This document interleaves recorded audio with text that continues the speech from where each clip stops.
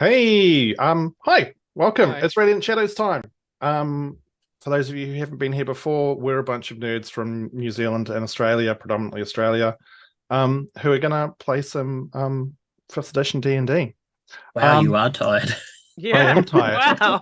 Yeah, I'm going for a more relaxed, mellow approach rather than author like. Yes, before we discover who you've murdered in the middle of the game. Yeah. It's that emotional roller coaster. Yeah. I'm Ham. I run this. I'm the DM. So we'll do a quick whip around of who everybody is, and then we'll see if there's any announcements, and then we'll jump into stuff. So, John, you can go first. Oh, I am John. I'm John the Dragon from Meeples and Dragons. We run an online TTRPG specialty store, as well as have set up a Redlands tabletop gaming club over in Redlands near Brisbane. Now, am I saying the announcement now, Sarah? Okay. Sarah would like me to inform everybody that Lindorm's... No, keep going. Lindorm's Witch's Brew Dice. dice collection has arrived and is now live on our website. There are 10 different dice sets, and they've all been inspired by the ingredients associated with literally Witch's Cauldron and her brews. And Interesting.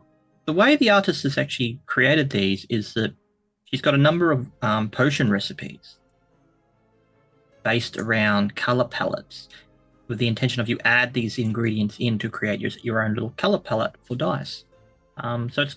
We haven't seen this done before on a Kickstarter campaign, so they're lovely dice and they're available now. Cool. And if you sign up for the Meeples and Dragons newsletter, you'll get this information straight to your inbox with little pretty pictures that you can drool over and links which take you straight there, and you can just buy them with minimal hassle. It's awesome. Is that how I knew this information? Have I just consumed that information I didn't even realize? I swear Possibly. I've seen this information. And if you sign up to our newsletter, you get 10% off your first order. Yeah, excellent. On the subject of new orders, Mr. Methian, do you want to go next? What? I don't know. That's our transition, Ham. We'll go with it. Yeah. I'm Promethean. You'll find me anywhere the exact word Promethean exists on the internet with a 0 in it, and also the OzQuest channel here on Twitch. I'm also playing a character over on It's Fate's Grip for the Echoes of Divinity campaign, and Monday this week I'll be popping my head up over at Corsair's Cove for International Talk Like Josh the Pirate Day. 28 hours of playing cool games to raise money for cool things. It's just gonna be amazing. Yar. I'm looking forward to it. Excellent. Wonderful. There might even be a couple of M&D goodies over there as well, up for grabs. Yeah, cool. Prizes. Woo. Excellent. Prizes always good. Kate. Hello, I'm me. I'm wearing glasses today because my head hurts, and so screens are difficult. But I am really looking forward to today. I've been looking forward to it all day. And then I'm looking forward to the mayhem of PAX, because there's going to be a lot of crazy things going on around that time. My Melbourne Fringe show, it'll shamelessly promoted later. It's fine. And also a wonderful panel that have Promethean on it, as well as a bunch of other excellent internet humans who decided to let me write saucy Tinder profiles for a bunch of D&D monsters, and then they and the audience get to decide whether they would bang them or not. Because that's a choice that I've made with my life, and I'm definitely not regretting all of the things that I now have written. Wait, hang on. Have you made the choice to bang specific monsters, or have you? No, I have made the choice to try and make you all bang specific monsters, okay. which is a very weird thing to try and do. So making them as appealing as possible. It's like, how do you have like a sexy black ooze or something like that? I think you have. What is the sexy part of this particular monster? That's a very weird. Oh no, I'm fully aware that NVC is just going to say smash. Like it's just going to say. I will make out with all of these, and I'm like, that's fine, but why? But why? Why though? Yeah, I was going to say pulse. Please elaborate on that. Don't make me. Please don't do gelatinous cube. Why not? I'm scared of NVC DM's elaborations. No, I'm scared of G of D. So G of D, NVC, so NVC DM, Promethean, Emily from Fate's Grip, and Dragon Kia are all coming over for that hangout on that one. We're gonna be really gross. It's gonna be great. It's gonna be amazing. I cannot tell you how excited I am about existing in the same physical space as all of those people. It's gonna be awesome. Kate included. It's gonna be awesome. Cass. Hi, I'm Cass, or Shadowmere, and I play Meira, the sweetest little halfling. And you can't argue that fact because she's made of sugar. She's made of sugar. There's certain definitions of sweet. Yeah. You do know there's so much, that sounds like too much sugar. I didn't say I wouldn't end up killing you. I just said made of sugar. Yeah, sugar's not that good for you, you know? Yeah. He will kill you with kindness. The sweetest little diabetic episode. Outstanding. And last but by no means least, Mr. Heath. G'day everyone, my name's Heath, I'm the Antipodean D20. You can find me lurking around the socials, usually on the Antipodean D20 when I'm not hanging out with these wonderful people that you see here. And I now have this image, this sequence in my head from what Kate was saying about David Attenborough sort of meets perfect match. The boule lays in wait, looking for a mate, waiting for the perfect... All of a sudden it's now Dr. Seuss book. I don't know how that happened, but it lies in wait for a long hibernation. Could we make that happen? It wouldn't be Discovery Channel. It would be something you'd want to be an undiscovery channel. Mine's more it's more like the dating game. If that's a reference that people understand. That's kind of where we're going. Okay, you could have sworn your voice went to the Crocodile Hunter just there. Yeah. You could get Admiral to host it. Hey, so then I don't have a job. Rude. Replacing co-host. Okay, we're already spiraling out of control. Co-host, it'd be like, I see how it is, Heath. It's fine. I'll go. How did the first date go? So, if you're interested in seeing which monsters people will bang, come along to PAX. Come along to the panels. If you're there, there might be a few of us lurking around as well. Maybe, possibly, maybe not. Who knows? Come along, find out. It'll be fun. I'm gonna get laid by a boule. Oh my god! And just a very quick shout out to Saz. She's lurking in the background. She does all of the production for this little stream. She makes sure that we're doing the right thing. She makes sure that we're not spiraling off track, which she does a terrible job at. She also, I swear, is getting more and more like shiny glowy things in her background. I feel like there's more and more flashy lights there at the moment these days, Saz.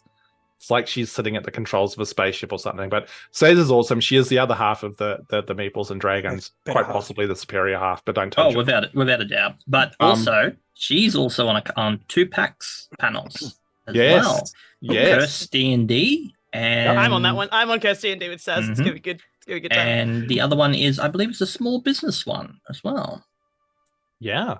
So you will be able to validate that Saz is actually a real person and not just a figment of all of our imaginations. Although if you also... Sorry? Right, you can shout out Saz yourself, IRL. Yeah, absolutely. So with that, do we have any other announcements? Anything else going on that people need to throw into the universe? Not that I'm aware of. No, I think that's it. I think we're good to go. All right, let's jump into things. Let's have a very quick summary of the last session, which simultaneously feels like a long time ago, but was also only a couple of weeks ago. It's getting that time of the year, I just don't comprehend time. So, with a reprieve from the chaos of the last few weeks, The party took their time to plan for their next moves. Conversations were had, and once Taris, the last of the Altons, indicated that she would head east into Kingsvale to seek out her contact in Iron Edge, the party settled on heading that direction and finally seeking out the gem mine on Peridon's map. With Rowan finally returning to the group, her father in tow, they discussed heading to see Rose, the mayor of Riverview, to inform her of the coming war before heading off. Before finally calling it a night. In the light of the new day, Rowan fulfilled her oath to her mother, spending the morning with her while the rest of the party gathered their belongings, purchasing more supplies, and getting ready for the trip ahead.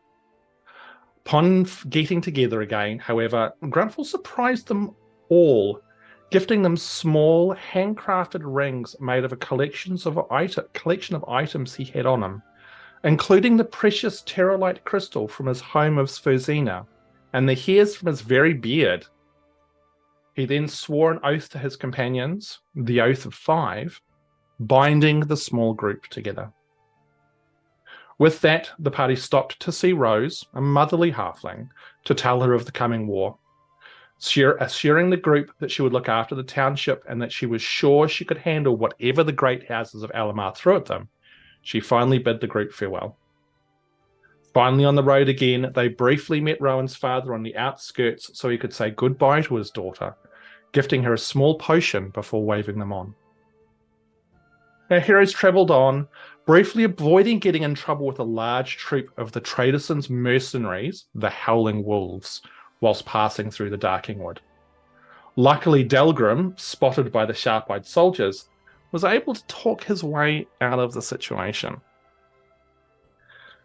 It took 3 days before the party finally got back onto the main road heading east after skirting around Harrow. It wasn't long, however, before they stumbled across the wreckage of one of the Delerium's wagons, twisted and broken off the side of the road and covered in crossbow bolts. While Meira raced to see what was inside, Grumpfel discovered further away the remains of a couple of the Earthbreaker Brigade. Inside the broken wagon, Meira discovered 3 bodies. One was the Grung, Z. The other Tate, the handsome half-orc who had been pinned to the back of the wagon with crossbow bolts. The third body was concealed under a broken trunk, with 2 halfling-sized feet poking out from underneath it. So, Meira, I do believe that you were scrabbling to get in there. Yes, I was. And Delgrim had run to help it with that. It is chaos in here. With the way the wagon had obviously crashed off the side of the road. There's clothing strewing about, pots and pans, of course the grim bodies that you find. Though the trunks themselves aren't too heavy, and it's fairly easy to pull it off the top of this small body. The body is also covered in clothes, but as you push it away, Meira, you can see underneath that it is one of the other halflings that you saw with the Delerium. You never got their names, but you did see there were 2 others besides Bex who had been working with the group. And this is a young male, probably not much older than you. Also, you can see a couple of crossbow bolts sticking out of this halfling as well. Both of them have been broken just by the way the body has been thrown around when the cart crashed. Well, I think seeing that it's not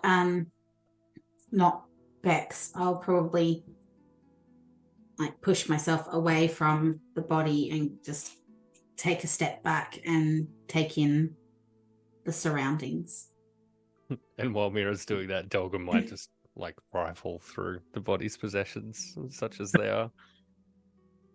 Okay, so you do know we've stopped playing Baldur's Gate 3 now, Prometheus. Loot everything. Hey, Delgrim Ham, get out of my like, mind. Doomed a corpse or done any grave robbing for quite a while. I think he's earned a little pocket rifling. Yeah. Don't know if that's how that works, but sure. Legacy for glow moths. Okay, so you rifle through the belongings. There's not a whole lot to find. There was a longbow. There was also a hand axe. There would have been a quiver with just a few arrows left in it as well. The rest of this place is just a shambles with, like I said before, like there's clothing strewn about. You could probably find a couple of random coins. If you want to have a really good fossick through, I'll ask you to make an investigation check. Depends on. Is this one of the Delerium's carts? Then yes, I absolutely would like to make a more thorough Promethean. It's not looting, it's investigating. Yeah, correct. Yeah. Can I offer aid with that as well? Yeah, for sure. So first roll of the night as Meira and Delgrim start to fossick through this wagon. So investigation check with advantage, please, Mr. Promethean. Advantage. 3 and 13. Okay, 3 and 13. Ugh. It takes a while to dig through. You would find you'd find 9 silver pieces, 5 gold pieces, 12 copper pieces. You'd find a very small silver mirror, like a hand mirror. The glass is broken, but the mirror, like the frame of the mirror itself, is quite well crafted and is obviously made of silver. There are other general personal belongings, like the clothing. There's a few books. Most of them are like fictional books, stories and the like. There's some assorted bedding and pillows, a number of like candles, just sort of general knickknacks. Would I see anything that I recognize as either Bex or Aloysius' belongings? With the role and with you helping, probably not. Like there's definitely like halfling size clothing here, but I mean, you'd be able to recall from when you spent that tiny amount of time with them that they sort of had trunks of clothing that everyone appeared to sort of share and use. It wasn't anything though that specifically seemed to be belonging to those two. Nothing. And Aloysius was fairly kind of he had a very particular style in regards to his dress, in regards to his blue coat, big floppy hat, and the like. You don't find anything of that nature, and nothing giving us an indication as to why they conducted a terrorist attack on. It's a small manifesto hidden under. No. There's nothing of that nature. Excellent. That you can discover here. The horses aren't attached to the cart there. Correct. So you're outside. You'd be able to see that where the horses would have been attached, the cart has just all been like shattered and destroyed. So the horses would have taken off or of something similar. Okay. Delgrim and Meira, did you find any valuables or anything that had monetary value to them at all? Delgrim will put the money that he found in his pocket. No, I find nothing, Tiernan. I'm sorry. I find this longbow. Yeah, but you're actually finding things of value, are you not? No. Because this doesn't look like something like a bandit attack. A bandit attack would have stripped the wagon clean, wouldn't it? You are possibly right. I don't know. I've never seen bandits before. Well, I'm assuming bandits are all about survival, so they would strip, for lack of a better word, the corpse of the wagon clean. So just Well, as no, the corpses have clothes on them. Sorry, just as a very gentle reminder, Grumpfel and Tiernan did find those bodies of the Earthbringer Brigade as well. Ah, yes. And they did have crossbows on them. Well, if that's the case, it's probably a foregone conclusion. This was definitely not a bandit attack. It's a bit odd that the Earthbreakers didn't come back for their companions. Well, Rowan, do you know much about the Earthbreakers? Like, are they seen as ruthless? Are they seen as more? It was not Earthbreaker who found me earlier. It was wolves. They were Ned Traderson's mercenary wolves. Earthbreaker, different group. Maybe Well, who's the Earthbreaker associated with, Rowan? Do you know? Hamish, can I roll to find out how much Rowan knows about the Earthbreaker Brigade? Rowan would know off the top of her head that the Earthbreakers are the Malagarth's mercenary group. Yeah, In regards to that's what I mean. What they're like more than just that they're the mercenary group. Can I Absolutely. roll something? What would you like? it would be like a history roll. Yeah. Sorry? I was like history question mark? Yeah. Oh, good. That -1 to wisdom. Sorry, -1 to intelligence comes out swinging. Here we go. That's an 8, Hamish. It's an 8. Look, that is an 8. I mean, you know, well, Kate, you know that they're definitely a mercenary group. Do I? Yes, That's absolutely. Yeah. But beyond that, in regards to their tendencies, like if they were particularly malicious or vicious or nasty, I mean, like your dad probably would have been of the mindset of you don't get in their way and everything will be fine. And so you've never gotten in their way, so everything's always been fine. Yeah. I mean, they're not. I never really come across them personally, but they're the mercenaries of the Malagarth. So, I mean, Da always said just don't annoy them and they won't come after you. So that's all I did, is I just keep myself like normal. I'm sure if they are two contending mercenary group, then perhaps not share love for one another. Which is neither here nor there. This may have just been Earthbreaker meet Delerium, their fight. A lot of people die. Rest of Delerium escape. This may be all this is. Well, I'm just somewhat concerned that the Malagarths, the wolves. What was the name of that mercenary company you ran into? The wolves. The wolves. The wolves of something. The howling wolves. Ned Medicine, perhaps. They had descriptions of us, did they not? I think it's safe to say that anyone who fight for coin for nobles of Harrow have description of anyone. They have descriptions of all of you. Of us, yes. Well, no, I'm a little bit concerned. Of you. Not of me. Oh, except for Rowan. I don't exist. Yes, Rowan, you are our secret weapon. I don't right exist. now. Well, my concern is that they're on the road. Out of the way of all the big scary guys. Well, I'm just a little bit concerned that the Earthbreakers are this far east. And what's the chance that they have our description? Depends on who they've talked to, really. And that's not exactly something we can ask. So maybe it's just best to assume they do and try and stay out of their way. We're not planning on staying on main road for too long in any case. While this is all happening, Ham, if I can break in quickly. Yep.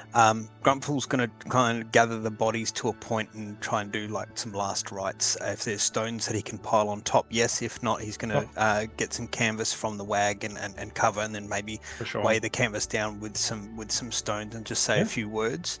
Absolutely. And then he'll still be listening to the conversation. Yeah. When it hits this point, he's going to say, might we make use of costuming from this wagon if people are worried about some of these individuals having our descriptions? Yeah, I think that's a good idea. Ooh, I like that idea. Oh, Grumpfel. this reminds me. I have not told all of you about that time Tiernan put makeup on trying to disguise himself. Oh, I cannot Oh, wait to tell you this hey, story. perhaps- It's going It's a perhaps we work in could- progress, Delgrim. I was incredibly rushed last time. I mean, Tiernan, if it's a And the skill light was you want to bad. learn, I'm sure we can get some people to help you learn how to do that. If you want to change what you look like in public, that's all right. You can, Well, you can I wear imagine- whatever you like. I imagine I stand out being blue. So I think I'm like lightning to a rod. What I mean is, it's not very hard for people to provide a description of the group by saying, "Look for the blue fella." I mean, you're not the only one who's not. She's trying not to say the word normal because normal implies that there is a normal, and she doesn't think that there's a word that not this color, but like neither is other members of the party too. Yes. But maybe if you weren't so tall, you would stick out. So It's true. And when you say that, Meira, Taris, who's sort of been off to the side, clears her throat quite clearly and sort of looks at you funnily, considering how much taller she is than Tiernan. Harris, what do you know about the Earthbreaker Brigade?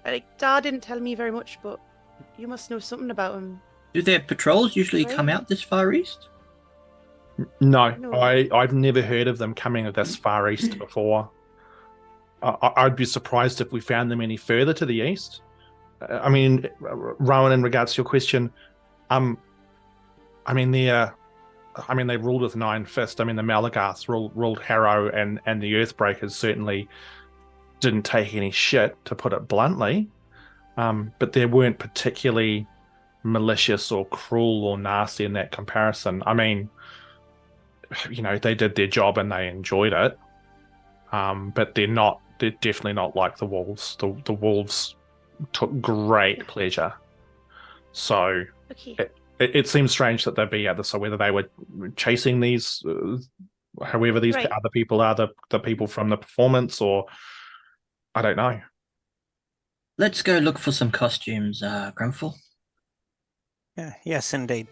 Hamish, considering Yep. Grumpfel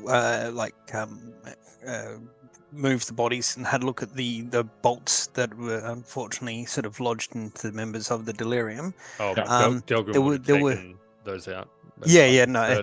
Search.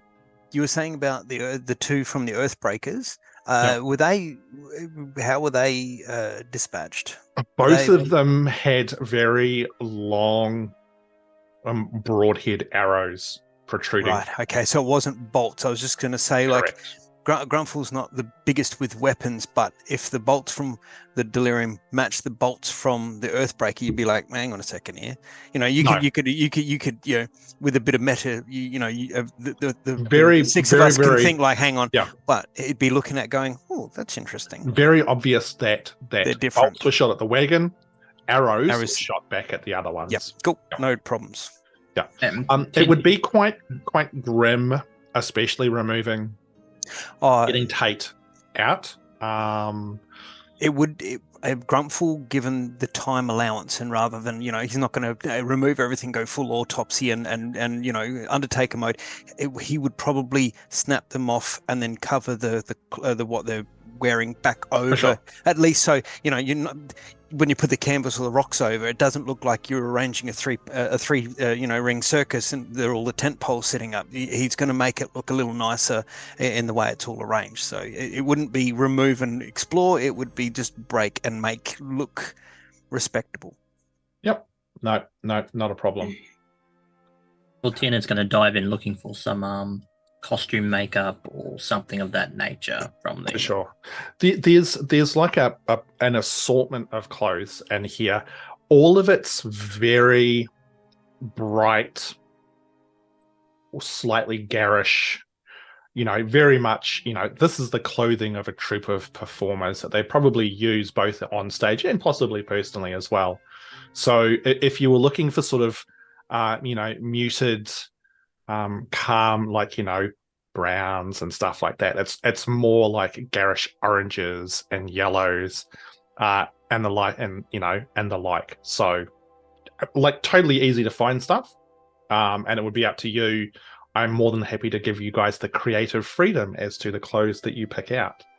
If Tiernan is looking for makeup specifically, Mm-hmm. can Rowan help you find some? And if you're choosing to put some on, she will help you put some on. Oh yes, he was going to ask for Because- some assistance because because he doesn't even have a mirror. If she has been told that he is bad at it, she's spent enough time with Theodore, who is a performer, to have learnt not skills, but being a femme presenting halfling and then with a theater person nearby, she knows what she's doing. Prove it. Do Do she's I the find witness some check. stage makeup? I just had this image of Rowan going over to Tin and go, no, honey, No, that's honey, nail sweetie, polish. no. That doesn't go on your eyebrows. No, Yeah. please don't put the mascara on your lips. Yeah. It's not for eating. Yeah. Just Pretty one much. giant monobrow, you know. And then while that little makeup instruction session is happening, then on the side of a busy main road that we should definitely not hang out on for too long. No, that's why I said if he wants to put it on here. If he doesn't want to put it on here, then I won't help him now. No. Later. I literally would be grabbing what I can find in terms of Okay. any sort of stage makeup. Gotcha. If there's a small mirror, maybe that he could take. If it's not there, that's fine. And with the expectation that he time on camp because Tiernan's concerned about staying on the road. Cool. Rowan will also look for the equivalent of that and help him find as much of it as he can because that's clearly something he wants. It would take a little bit of digging around just because of the chaos in there, and you'd find some would have been ruined because it's been tossed and broken, but you'd be able to find enough where you could do a rough facsimile of some kind of makeup on Tiernan's face. The idea is the intention does is this just character to... have mending? This character does not have mending. Yeah. Sorry. Mine does. While it's Yeah. happening, Grumpfel will keep an eye out. Mend the makeup. Doesn't work like that, does it? Yeah. Mending? There's no reason it doesn't work in recompacting the broken compact's worth of makeup. Yeah. Doesn't it mend what does it officially say? What does mending say? You've got to I would read have it like all that. of the components of the thing that's broken. It's only supposed But to be I like mean, a look, single I'm- break or tear in an object you touch, like a broken chain link, two halves of a broken key. I'm torn cloak, or sure. leaking blood skin. I'm sure that there'll be ways to use a little bit of mending to help resurrect, one or two of the broken items. To Or put, something like that. just basically to be okay, powder, stick Yeah. back together. Yeah. It's not a complicated thing to fix a Yeah. compact. She Yeah. says, definitely not having dropped makeup before. What are you talking about? Absolutely not. Never Ever in a have million I done years. anything like that. So for those of you who have gone and dug through and got clothes, as I said before, feel free to be creative with the sort of clothing that you've got. Bearing in mind, again, this is a troupe of performers, bright, lavish colors, that sort of thing. But I'm happy for you guys to get creative with whatever that might look like. Is there anything else that you're wanting to do with the wagon before you guys then move onwards? I think so. Delgrim definitely doesn't have anything in mind.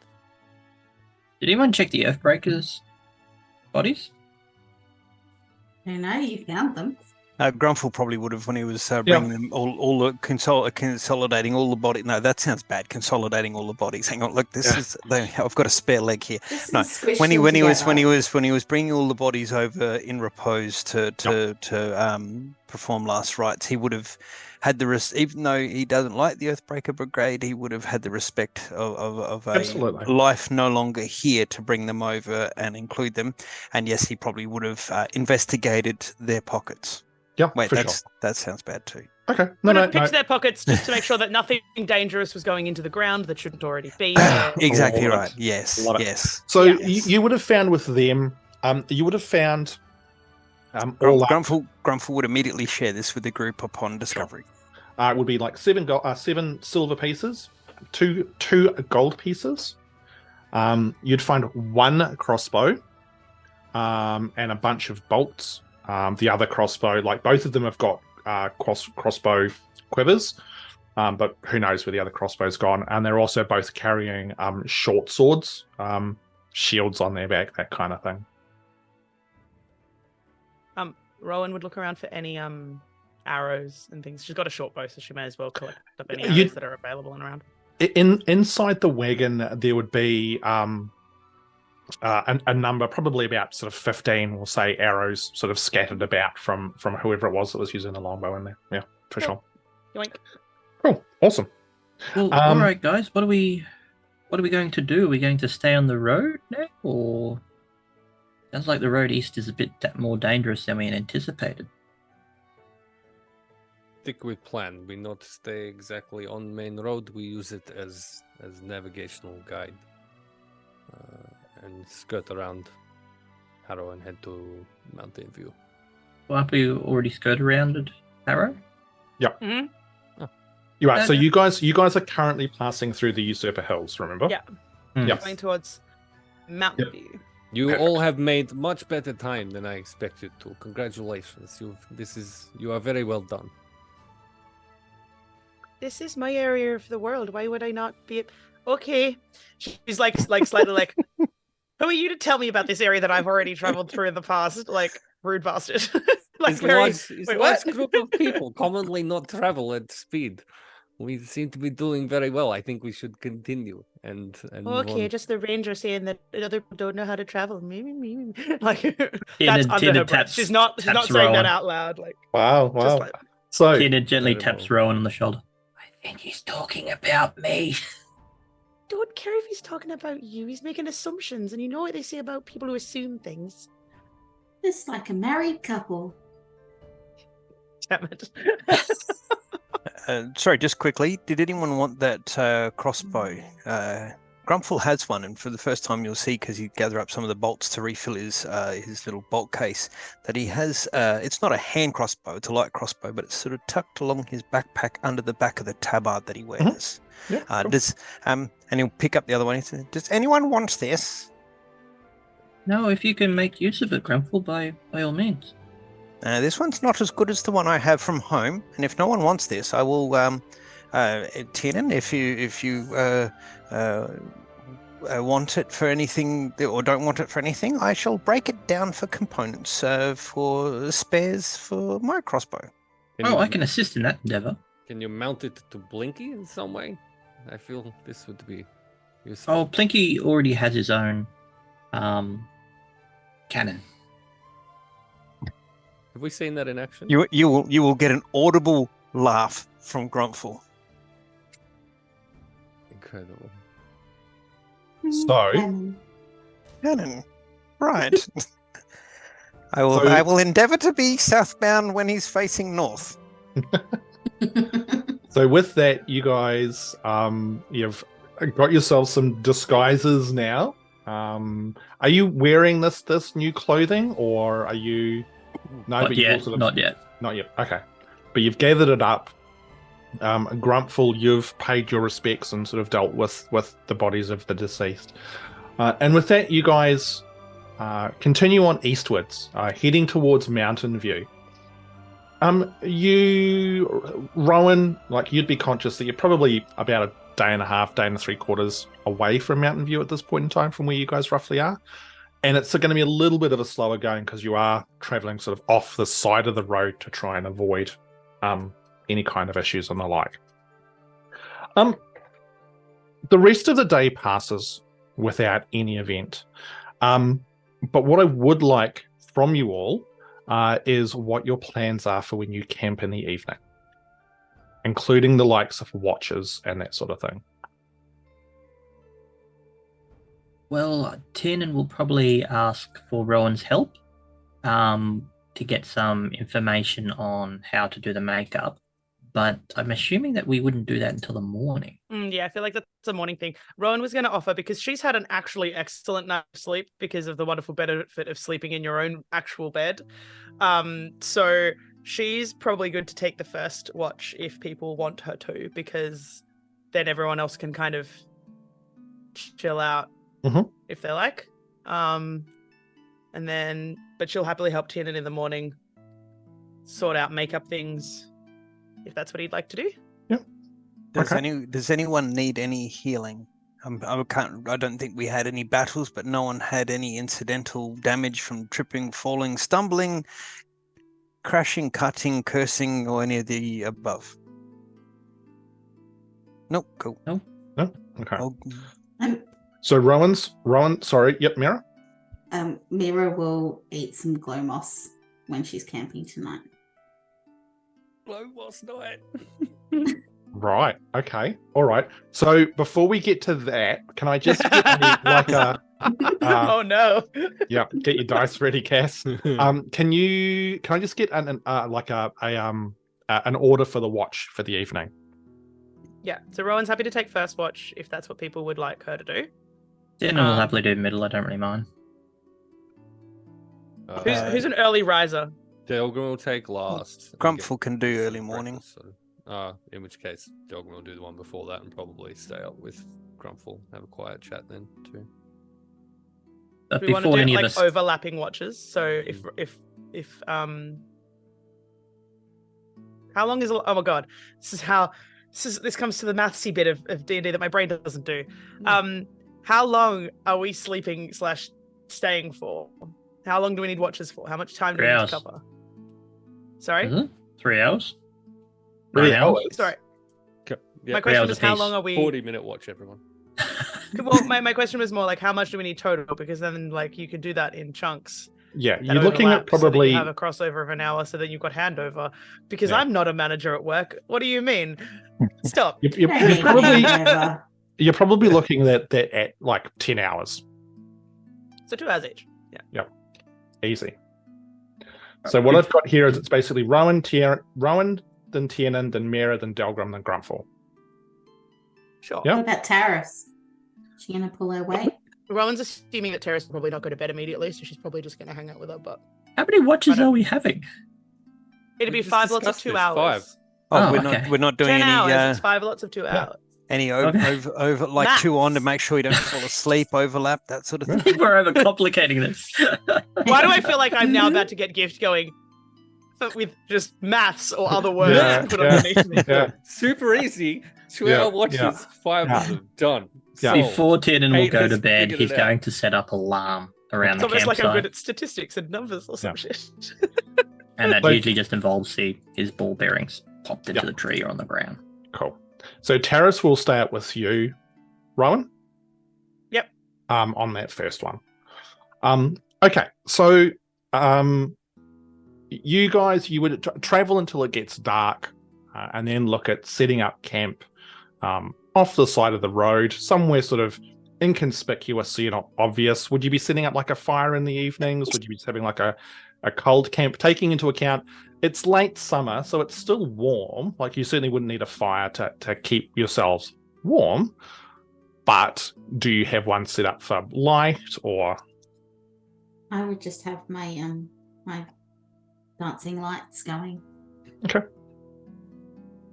I can also offer light in the form of a hovering blinky, so Yep. Delgrim prefers the cold. Rowan was just Yes. gonna, because I'm about to have a long rest, I assume. I was gonna do a thing, but I won't, given all of you have decided to light the camp up like a Christmas tree. Well, So, Delgrim will I won't point do that. out there may still be groups of people looking for us. Maybe, if possible, try and keep light as dim as possible or covered only for necessary purpose.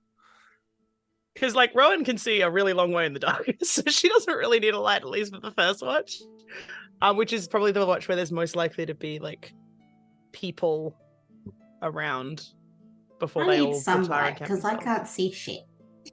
That's fine. Yeah, That's yeah. when you wake up. Are That's we- are later. we- That's like 2 are- o'clock in the morning. You're fine. Are for light? Is it like we're putting a campfire together, or I think cooking we're or whatever, sticking- or just light? Because Grumpfel has that staff of the lantern bearer, and he can just like plonk it down and set think the we've light got- level on it. We've Friends, got enough light. I have it's just- literally just said people are looking for us. Too Light is much bad light. idea.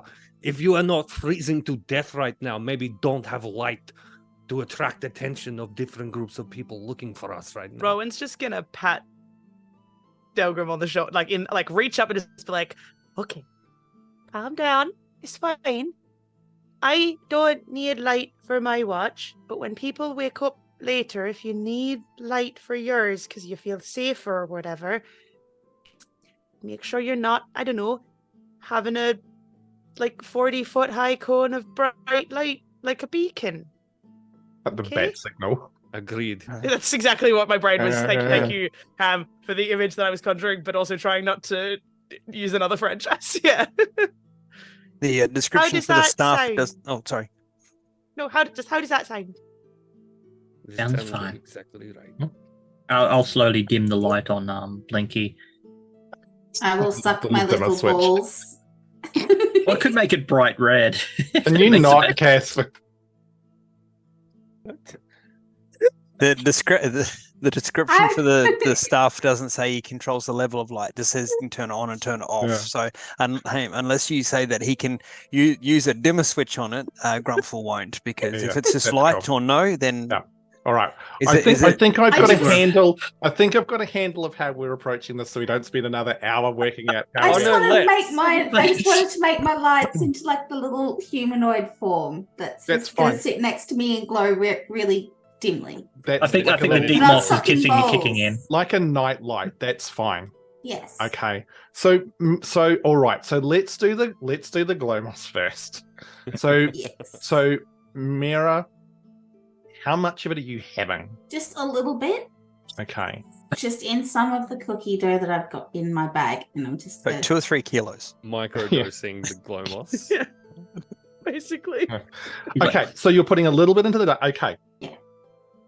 You Like as much as they had on one of the hors d'oeuvres. Yeah. Because it Yeah. wasn't a huge amount on the hors d'oeuvres either. So No, you but put it. I got like 3 other people's hors d'oeuvres as well. So you put a tiny bit, and oh Jesus, you put a tiny little amount on, and munch away on it. There's no immediate effect, and then after about a minute, just for the briefest of moments, everything around you just seems just that little bit more kind of vibrant. So colors are a little bit sharper, sounds are a tiny bit clearer, and it's hard to tell if like your sparkle cookies are just that good, or if it's the glow moss or what's going on there. But just for like probably even just like 30 seconds at the most, everything just seems to be just a little bit clearer and sharper around you. So you're saying it made the cookies taste better? Didn't alter the cookie taste much at all. I mean, the cookies taste great But it anyway. I mean, it's not made cooked, it which feel means like it's... they were better. Yeah. Okay, that's the main takeaway she gets Okay. from it. Thank you. All right. Okay. At least he didn't say that it made them worse. Yeah. So as you're all, you've set up for the night, and you'd be having sort of your communal meal, prior to everybody looking at, heading off and going to bed, and people starting their watches and stuff. Delgrim, you're sitting there. What would Delgrim be doing, just before sort of heading off to bed? What would sort of his bedtime routine be as such? Frustratingly and annoyingly, after he yelled at everyone about the light, we'll just do a bit of weapon maintenance, check his hand crossbow, etc. Give his axe a little bit of a sharpen. He'll probably park. He wants to have a conversation with Grumpfel, but he'll park that for the crossover of watches in the morning. Okay. Maybe a bit of whittling. Ooh. Okay.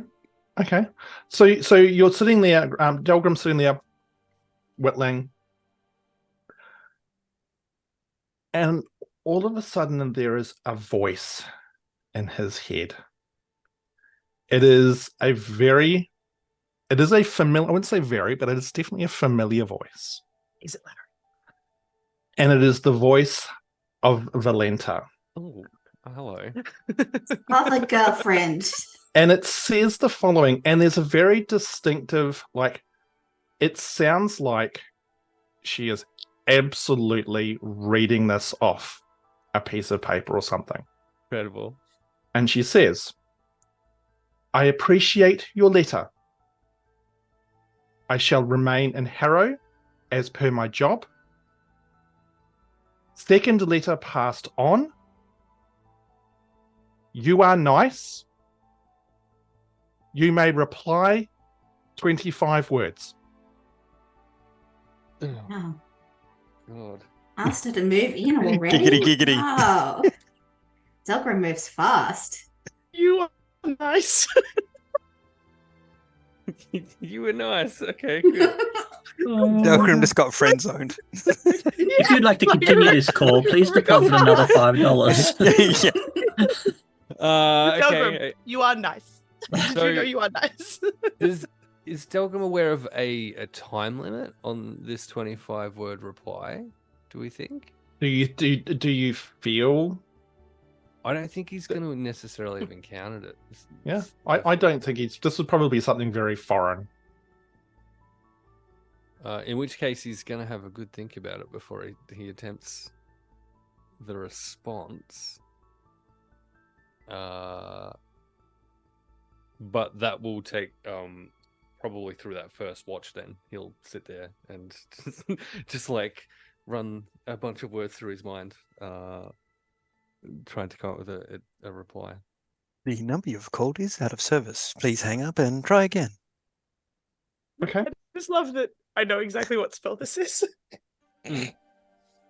And my brain's going, there's a 5% chance that this message never Oh. gets back. No, that's all right. No. Easy response. So Delgrim will respond In with, iambic pentameter? So how quickly are you responding? it'll be, so he will take a little bit of time before kind of responding back. I need to know exactly how much. Like, are you looking at like minutes, hours? Oh, no. It'd be a couple of minutes tops. Okay, all right. It's and mainly just because of the surprise of it. Like it's not something he's expecting at all. Uh-huh. So the first half of that will just be what the hell just happened, then clock that he can respond and then do so. Okay. And he'll attempt to do so by saying, Okay, let's count this out. yeah, glad that you are alive. Please stay that way. Be safe. And he'll stop there. He doesn't need the full 25 words. Okay. Cool. Excellent.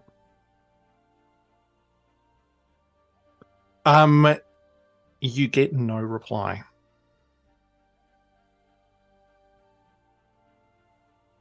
He will then go to sleep, much happier than he has been for the last couple of days, just like this, with his weird, goofy kind of smile on his face. Yeah, cool. Okay. Excellent. You did say that you wanted to have a conversation with Grumpfel when you guys bounced up on watch? Yeah. Do those of us who are on watch have to make any rolls, by the way? Like, are we doing anything, or are we just like... We will. I will definitely get there. Yeah. Yep. But I just want to quickly touch base on this conversation as well. Right. Yeah. So the morning watch would just be, Grumpfel, tell me these last rites you perform. When is it your religion became important to you? That is a very good question for a story that would need more time than we have on this overwatch. This overlap of watches. It is my watch. It is your time for what, a couple hours sleep, or you stay up and tell me a brief story for 2 minutes. Okay, cool. Well, in that case, he says, well, not to begrudge my bedtime too long.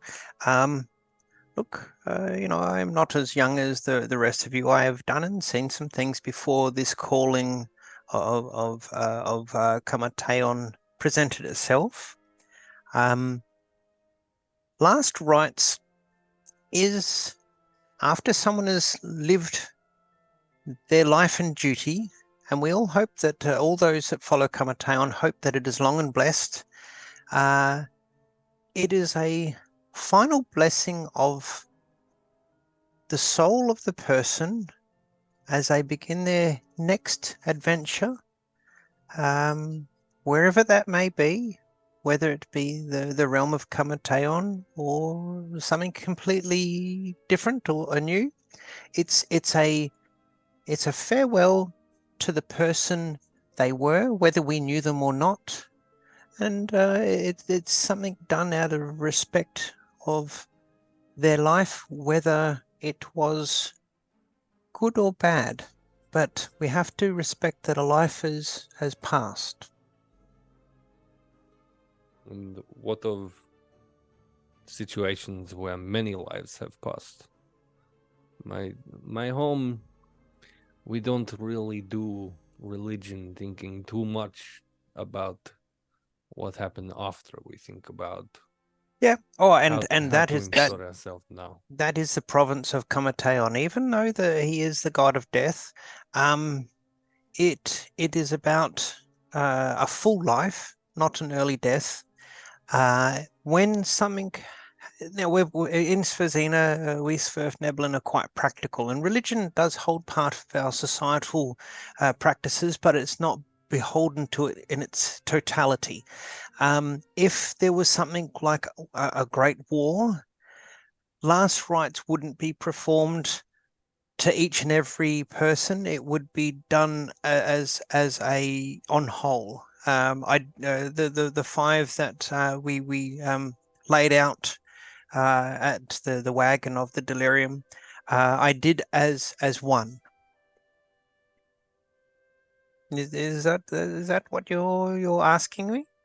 It is. I think at some time I might like to take you to visit to my home. It would be my absolute honor to accompany you and to assist in any way that you require, my deep kin. I had the reason to think about it a little more deeply in the last couple of days, and I think it'd be nice if someone like you was to say little something for poor souls who lost their lives there.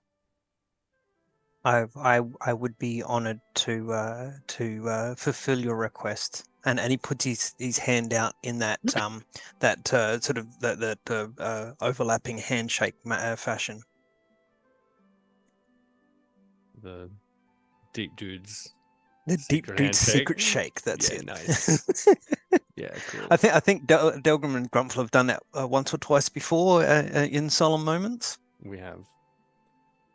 And with that, I think, Delgrim will just kind of do a bit of a patrol around the wider area. And Grumpfel will go and sort of ready to bed down for the night. Nice. Awesome. Okay. So with that, I will get, and we'll just work through this systematically but fairly quickly, some perception checks as you guys go through your watches. So, Rowan, I'm actually going to let you roll with advantage because you've got Taris who's sitting up with you. And so she'll keep out watch with you as well.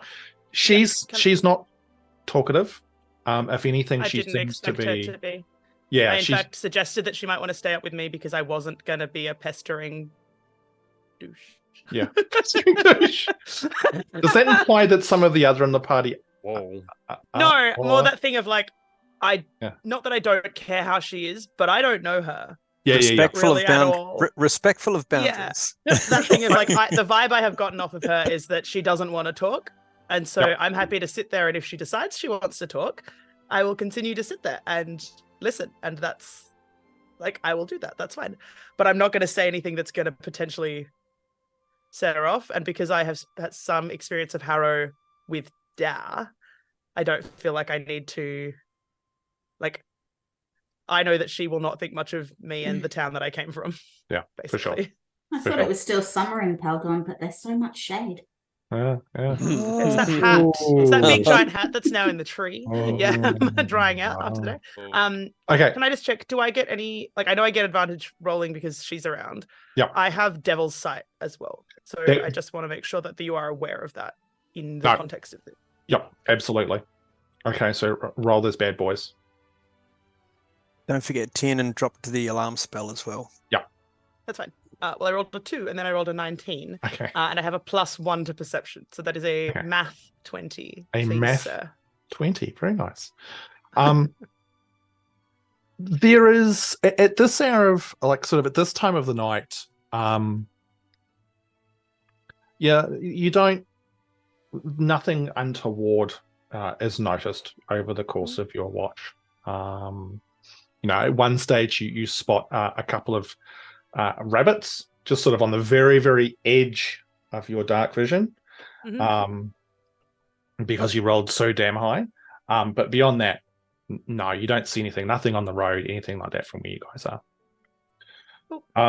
So Tiernan, can I get the same from you? And you can either roll with advantage or roll for yourself and roll for Blinky. Up to you. As she goes to bed,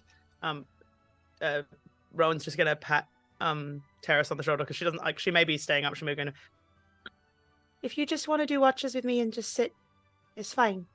I don't mind. But if you want to talk about stuff, you can do that too. And then she's going to bed. She's not that is not a conversation. That is a statement and then an exit. No. You can see there is that pause of someone maybe going to say something, but then as you break away, she doesn't engage. And in fact, she will also go and dig up a bedroll and stuff and start to settle in for the night as well. Cool. Tiernan. Okay, Tiernan isn't going to actually roll a perception at all. Okay. He's going to be somewhat focused on his pistol. Yep. Okay. And he's going to rely on Blinky to do most of the perception. Okay. So, all right. Blinky up. Like ready up. 11. 11. Okay. Yeah. And just through the night, Tiernan's got his tools out, and it would be just tinkering on his pistol. Yep. Cool. Yeah. But same thing. Blinky does not report back anything untoward, or give any sort of alerts. Who's after Tiernan? Meira. When Tiernan goes over to wake up Meira, he taps her on the shoulder and wakes her up. And he goes, "Oh, Meira, do you want some company for this watch?" If you want to stay up, but you need to get some sleep as well. It's only a loss of 2 hours. I should be quite all right. Okay, that would be good. And yeah, Am I still affected by the glow moss at all? No. The glow moss lasted like all of about 30 seconds. I was hoping Tiernan was like just that extra blue. Yeah. It's just like spark. Let's go with it's wearing off just as you're getting up. It's fuzzy around the outside. Yeah. Oh no, you're not. You're suspiciously hairless. You're so blue, I can taste you. No. I am not an ingredient into your sparkle cook recipe. Well, the glow moss is a mushroom, and like Smurfs are blue and come out of mushrooms. Like, is Meira still on a trip? Okay, so was there anything that you guys were wanting to like? Was there a particular reason, Tiernan, you wanting to hang out, or you were just? Yes, there was. Okay, cool. Tiernan will sit near Meira, once again relying on Blinky to do all the perception for him. Yep. And he just wants to. You were awfully frantic with the overturned wagon today. Are you all right? No, I was worried that Bex was going to be in the wagon. Like, I'm concerned that my friend left with people that I don't know if it was an accident that happened, if it was deliberate, is she being forced to go with them? Like, I don't know. And the whole reason I left home was to find Bex, and it feels like now I've found her, and this has all happened, and now she's gone again, and like I'm just a bit sad and confused and angry and exhausted. Are these emotions directed towards Bex or yourself? Maybe a little towards Bex. Maybe some towards me. Maybe just everyone. It's just I I thought that I had understood Aloysius and I trusted Bex, and it just feels like now I kind of have to rethink all of that if it wasn't an accident, but I can't find them to ask them that. And if I do find them to ask them that, everyone wants to fight them. So I might never get an answer. And it's just going to nod along as, well, where we're going, I don't believe everyone will be wanting to fight the mystic Delerium. And don't be too hard on yourself. Aloysius certainly pulled the wool over all of our eyes. Bex seems like more than a friend, almost family to yourself. Is that correct? No need so since we were little. If Aloysius was able to pull the wool over our eyes, isn't it a likewise assumption he's done the same with Bex? Possibly. But I don't understand why at the theatre Bex wouldn't have looked upset or looked scared or had looked concerned. There was nothing, like she didn't give anything away. It may be that she didn't know. Like, we didn't know he was going to do it. And it sounds like that Aloysius is using a bit of compartmentalization with his group. Only so many people know so much of the information. And maybe only Aloysius has the full picture. And that's even if it was him behind it at all.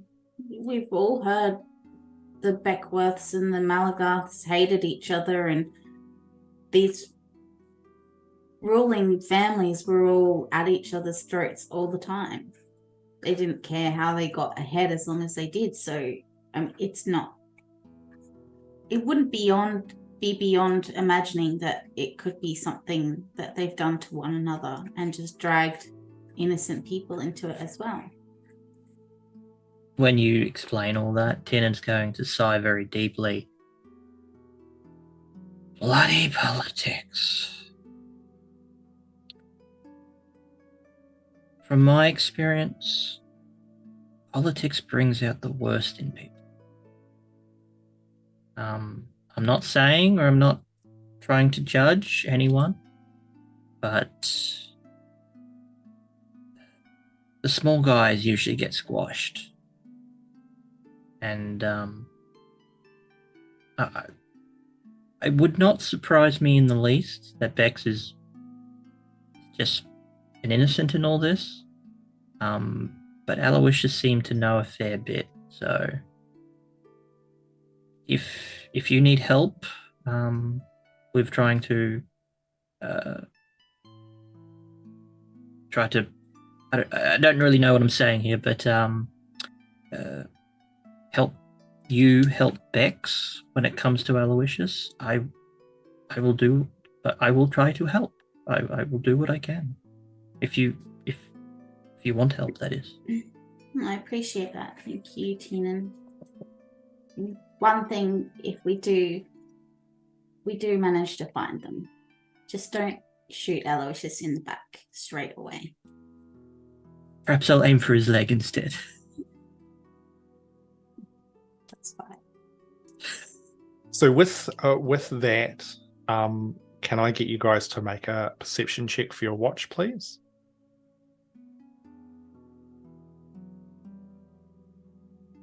$18. Okay. Tiernan? I think it was 8. Okay. All right. So again, So again, no, you guys, it's all peaceful on the Western Front, or Eastern Front, actually, because you're going east. So your watch passes uneventfully. Delgrim?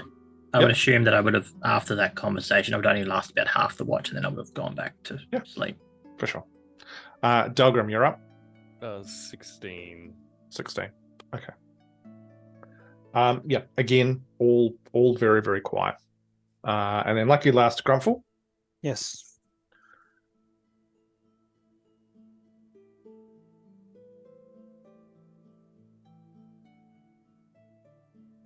Ooh, 18. 18. Okay. It's dawn by the time it gets around to your watch, Grumpfel. And it's a slightly more overcast day today, a little bit cooler. You do notice, or you hear the sound of what's probably just like a wagon making its way down the road. And when you sort of you peer up from the little spot that you guys have got where you're fairly well sort of concealed, it just looks like a typical kind of trader making their way eastwards down the main road. Obviously have probably some of you guys have camped maybe overnight. Very basic little cart. I'm Grumpel's the only one up at the moment. Yep. Okay, is Blinky up and about, or is Blinky like Conkers over by Tiernan? That's a very good question. Does Blinky have a Blinky downtime? sleep? Yeah. I would assume that the only time he really... We haven't thought about that, because it obviously would require some sort of recharge time. He's not on infinite power. I would assume... How do you plug him in and charge him overnight? He connects to my shoulder normally during the day.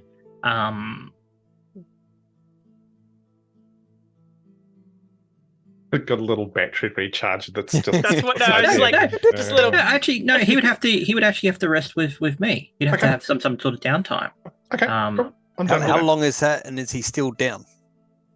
We'd have to talk about that later, but let's say yes for the moment. Yeah. Yeah. Okay. All right. But this All I was going to do, not that Grumpfel has much interaction with Blinky, he was going to kind of give him the old, do you mind to sort of up and have a look from a distance for me? It is like, I mean, even from where you are, like it looks very sort of innocuous. You know, Okay. it's an older gentleman. It's just more. There is a little bit of traffic on the road, even at this hour of the morning. But Is anything you guys have heard. and we're off the road into the. You're well off the way. You guys have got yourself a little. Is there anyone in our group making like large snoring noises? I don't. Probably not. No. Okay. Cool. Grumpfel will just sit and watch them roll by. Yep. And they just keep on trucking along. Yeah, without any problems. So with that, the end of your watch would happen. You guys would all wake up or be woken up. Any particular plans for the travel for this day? Or are you just going to keep on powering on? I mean, Rowan's going to help Tiernan paint his face. Right. First, okay. Before they go anywhere. Grumpfel will make coffee, because I don't think we've had Grumpfel coffee for a while. No. Okay. Great. Okay. Awesome. And Delgrim will sort out some food. Yep. Excellent. All right. So there's a little breakfast. So with the ranger's going to do ranger things. Good. With the painting of Tiernan, is this like a trial, like a training session? Is this like a training montage, or Tiernan, are you trying to do this to disguise yourself? I'm trying to conceal my blue tinted skin. Okay. And I've been eyeing off the two residents of the Underdark that we have here, or the Underground. Yep. Thinking that perhaps I could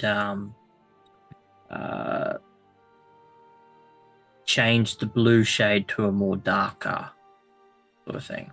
Okay. So more of a color modifying thing than Yes. intentionally accidentally doing blackface, right? Just making sure yes, that it's yes. clear that we're just trying to de-blue you as opposed to Mhm. trying to Mhm. good. Yep. Well played. Rowan's gonna go on and on about like color mixing and opposite sides of the color wheel and making It really depends what we actually have available. 'Cause the only reason why I was thinking of the Underdark was potentially ash mixed with the makeup. If I could somehow come to I don't know, Caucasian, it doesn't really matter. Just looking at options. What's available, Hamish?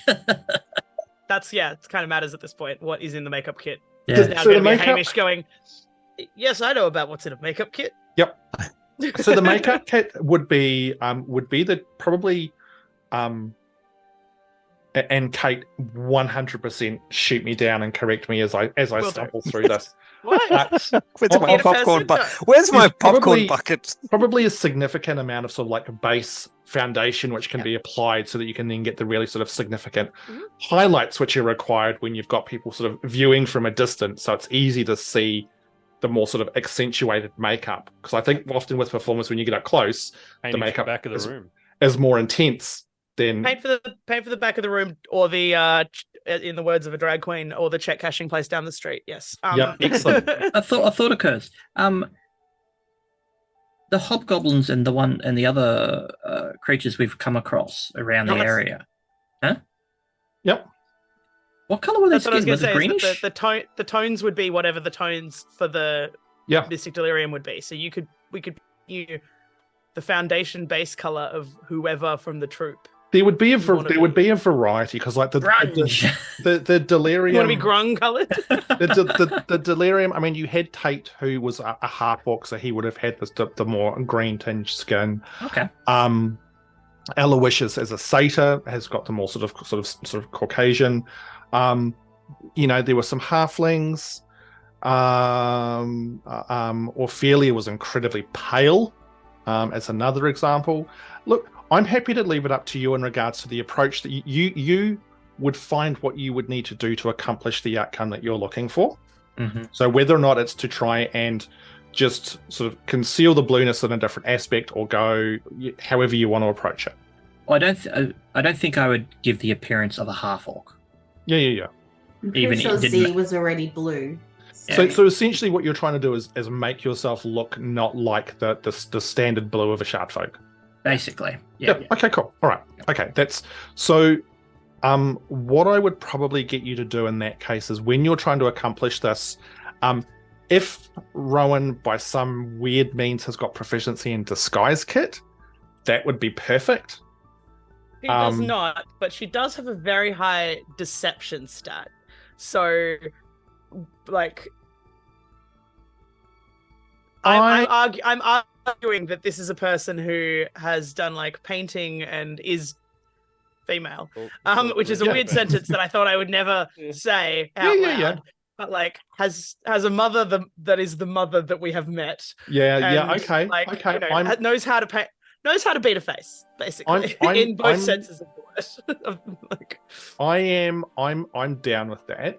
So, feel free to make a deception roll, and we'll see where we land with that. That is a natural 20. Nice. Okay. Wait, is that on the bingo card? It is on the bingo card. It's in the middle of the bingo card. That is hilarious. So that ham is a 26. Look, even like, just if I'm just rolling deception, if you want to like, if you just want it to be just a charisma check and take my proficiency away, it's a 24. Yeah. So Tiernan basically, it's almost like being a warlock is useful. Rowan expertly guides you through the process of what's involved with applying this, and the rest of you guys watch with quite significant awe as Rowan unleashes her artistic abilities on Tiernan's face. And once the process is complete, which takes some time, Tiernan, you'd probably be surprised considering you tried to do it in like 10 minutes last time. Oh, I didn't think I even did it in 10 minutes. Well, exactly. With a 20, I'd almost think Rowan would achieve an hour's worth of work in that same 10 minutes. And have Tiernan go like, Rowan goes full RuPaul's Drag Race on Tiernan and just changes his entire face. Like, you guys, you're even like it's weird. He's got the most. You've never noticed how incredible his cheekbones are. Oh crap! Hang on, I'm gonna have to do it. I'm gonna have to roll Emily's D10. Give me a sec. What? That's the thing. We need to know how hot like made up Tiernan is. How hot made up Tiernan is. Yes, yeah. No, I appreciate it. Roll it. I'm not a monster you roll to bang. How hot is it? How hot? I don't know that I want to know. This is a cursed roll. That is 9. Wow. So that's an upgrade. So, I just get back and admire my work and go, yeah. Yeah. Was Like, I taking notes? The cheekbones are exquisite. His eyes like pop. It is amazing. You've never seen such full lips on a shard folk before. I don't know where I'm going with this now. If the men find out that we can shapeshift, they will call us witches. Yeah. But I am a warlock, so I am better. Does Tiernan get a visual-based bonus to charisma checks? Well, look. Or does he just get permanent Rowan assist? Yeah. It's really Look, this will definitively impact on if Tiernan tries to do this himself in the future. It will definitely be easier than it would have been. I mean, it's still going to be super difficult for him because you don't learn everything from one lesson. It's kind of. But she's like written down notes about like you use this product here and this product here, and drawn him like a little face map and like gone full. Yeah. So with Tiernan looking stunning, you guys head off for the day. One quick point, Grumpfel would have, while Rowan and Tiernan are doing their thing, Grumpfel would have told Delgrim and Meira about the wagon and described it. Cool. Awesome. Okay. So you all travel again off the side of the road for the better part of the day. And it's getting close to late afternoon, and the road has started to take a very definitive downward angle as you are coming out the other side of the Usurper Hills. And off in the distance, probably about an hour away now, you can see what Rowan would be able to identify as the small township of Mountain View. Mm-hmm. It's a little bit smaller than Riverview, not a huge amount. And you can see just beyond that, again, because you're sort of coming down out of the hills, what appears to be a river even further off past it as well. And you understand that that's the river that flows away from the dead water. You make your way down along the side of the road. You don't encounter any more traffic. There's absolutely no traffic going west, and the only thing you've seen going east is this cart from this morning. And as you get towards the outskirts of the town, you can see that it's fairly busy. It is late afternoon at this stage, so people are probably heading home. But it's very similar to Riverview in the makeup of its buildings and the like. It's obviously, architecture here, and as you're now definitively in Kingsvale, is very similar to what is done in Alamar. The one thing you do very much notice, though, in regards to the people here, is that almost every single person that you see has got, if they're female, has long hair. And if they're male, either has long hair or has a beard.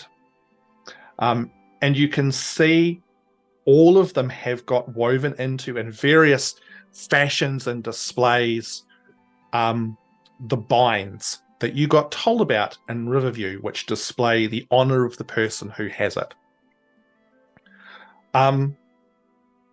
You do see one or two people who don't have long hair or beards. And you can see there is one woman you see who's wearing like sort of a headscarf, and she's got it tied around under her neck with sort of the tips of it sort of just falling gently over her shoulders. And you can see she's got her binds attached there. You can see a man with a very elegant scarf tossed over one shoulder.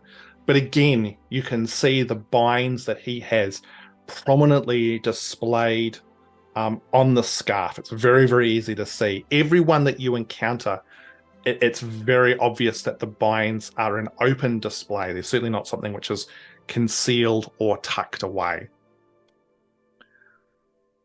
Also, welcome in, Raiders. Hi. We are not really looking at the chat or responding, but hello, we see you. Hello. Yeah. Yes. Hi, Raiders. Thank you for coming along. There'll be stuff in the chat will tell us about what we're doing, but we're just going to keep trucking along. But thank you for coming along and hanging out with us. As you guys get to the outskirts of the town, you do see a few people looking at you. It is quite obvious that you stick out a little bit here. No one says anything, but there are slightly longer looks at you. Rowan, you would definitively understand why, and it is very much to do with the fact that unless you have got a bind on display, people here would know you are not from Kingsvale, or you've never been to Kingsvale, and there is a certain air of unease and distrust from people in that situation. And I think Delgrim, because we were all told this by, Yep. I think it was Rose was telling us about the scarves, or it might have been. No, it was Rowan's father. My It was dad. Ron's dad. It was one of That's them. why. Yep. That's Sorry. why. That's why Mr. Grumpfel Rowan. met. Yeah, that's right. Delgrim will approach one of the scarved individuals then. Excuse me, we are new to this area. Where might we find an oathkeeper who gives these scarves for newcomers to area? The individual that you approach, he's a human, probably in about his sort of mid-50s. He's bald, sort of tufts of grey hair around the ears, but he's got a very long beard, which is plaited, which goes down to almost sort of where his navel. And you can see that there are 5 binds in the beard, each one looking just a little bit different. Some appear to be made from wood, some appear to be made from metal, some appear to be made from something you're not even sure of what it actually is. So he's not wearing a scarf? Hey, oh no, because he was, sorry, my apologies, you said a scarf. Sorry. So retract that. Sure. The scarf has got the similar setup. His hair, he's still bald, just no beard. He looks at you, sort of a little bit sort of taken aback with the boulders as you sort of roll up to him, and says, I'm sorry, we don't get the scarf from the Oathkeepers. There's plenty of places to buy the scarf. And Delgrim will just kind of look him in the eyes. And where would be a close one of these places? Oh well, I mean, this time of day, probably most of them are closed. But if you just go down to the markets in the morning, there's a few crafters down there who'll probably sell you a scarf that you can use. Okay, excellent. Friends, if we want scarf, we just need to go market in morning. Thank you for your advice. He's like, that's fine. Thank you. And he sort of gives you a bit of a strange looking, keeps going on his way. Hamish, just to correct my memory, these binds, they're woven into hair, or the hair is actually woven into a bind? So the bind is something that, so the hair's not woven into it. So it might be that it's like a small circular object that's carved or is forged. And so it might be like, think of like a bead as a way to think about it. So that bead could be woven into like a beard or part of a plait from here, that sort of thing. That makes sense? Yeah. Yep. Okay, well, if we can't okay, we'll wait till the end. But when Tiernan has a chance, he would ask, who's the tallest? Is it Grumpfel or Delgrim who's the tallest? You are, or No, Terrace I'm is. the tallest. Taris. Then I would have asked Taris to basically weave the bead into one of his hairs behind his ear, because he's actually got long hair. What bead? Okay. And are you sure? Because we talked very specifically in that same conversation with Rose about how faking beads would be a bad idea. And that's why but we're not faking it, are we? What bead are you? He's talking about the thing that Grumpfel gave. Oh yeah, gotcha. Yeah, cool. Yeah, I'm not trying to fake something. I'm trying to take or did we need to do that? Correct my memory. Did we need to do that in front of an oath? We did. Okay, well then, no, he wouldn't have done that. Yeah. Okay. But Rowan, on the other hand, is going to pull a scarf out of her bag that is like one that Dar has given her previously, because she's like he knew they were heading towards Mountain View. This is not like. Yeah. It'd be And weird if he hadn't given her something that would make sense for her to have. And on that scarf, there would be a singular bind made from bronze, with a small insignia on it. Rowan, what is this bind on scarf? Oh, good. Thank you, Hamish, for telling me that piece of information that was definitely about to get asked by. Yeah, no, that I kind of see you. Thanks, man. Yeah. So much. God damn it. Involved. Like, that wasn't going to be the best question. I'm sorry. Hey, Ham, could you tell me a bit about that bind? So sorry, that have you not met Delgrim? No, yeah, no, that was the infail. So that would have been something that, like, the when you would have come to Mountain View with your father, there would have been like a very small merchants guild, where when they get traders from out of the area, there is an oath sworn there, and that's the bind that's given to anybody who swears an oath to the merchants guild. Yeah, it's from the merchants guild because I came with Da, so it's for that. Because like you can't get, well, I mean, I guess you can get a scarf and have any binds on it, but it's weird to walk around with a scarf without binds on it, you know? Like you look around, and she's like pointing at the rest, like everyone else you can see with scarves, who I assume all have at least one bind on their scarf. Absolutely, at least one. Yeah. No one has no binds on their scarf. It would be a weird thing to have a scarf without a bind on it.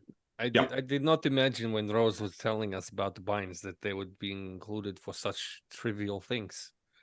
It's not being a part of the Merchants Guild is not a trivial thing. You're agreeing to a whole bunch of things about how you act as a trader, and like she could go on and on and on about this, and I do not think that you want a full tirade about why unions are important in her perspective. So I'm probably not going to give you that entire tirade because that's time we don't have.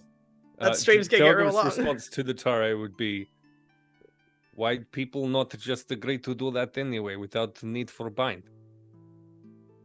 It's a different culture. I don't know. It's just the way that it is here. And like as you go into Kingsvale and stuff. So should we? How do we acquire a bind so we not stick out like sword shot folk?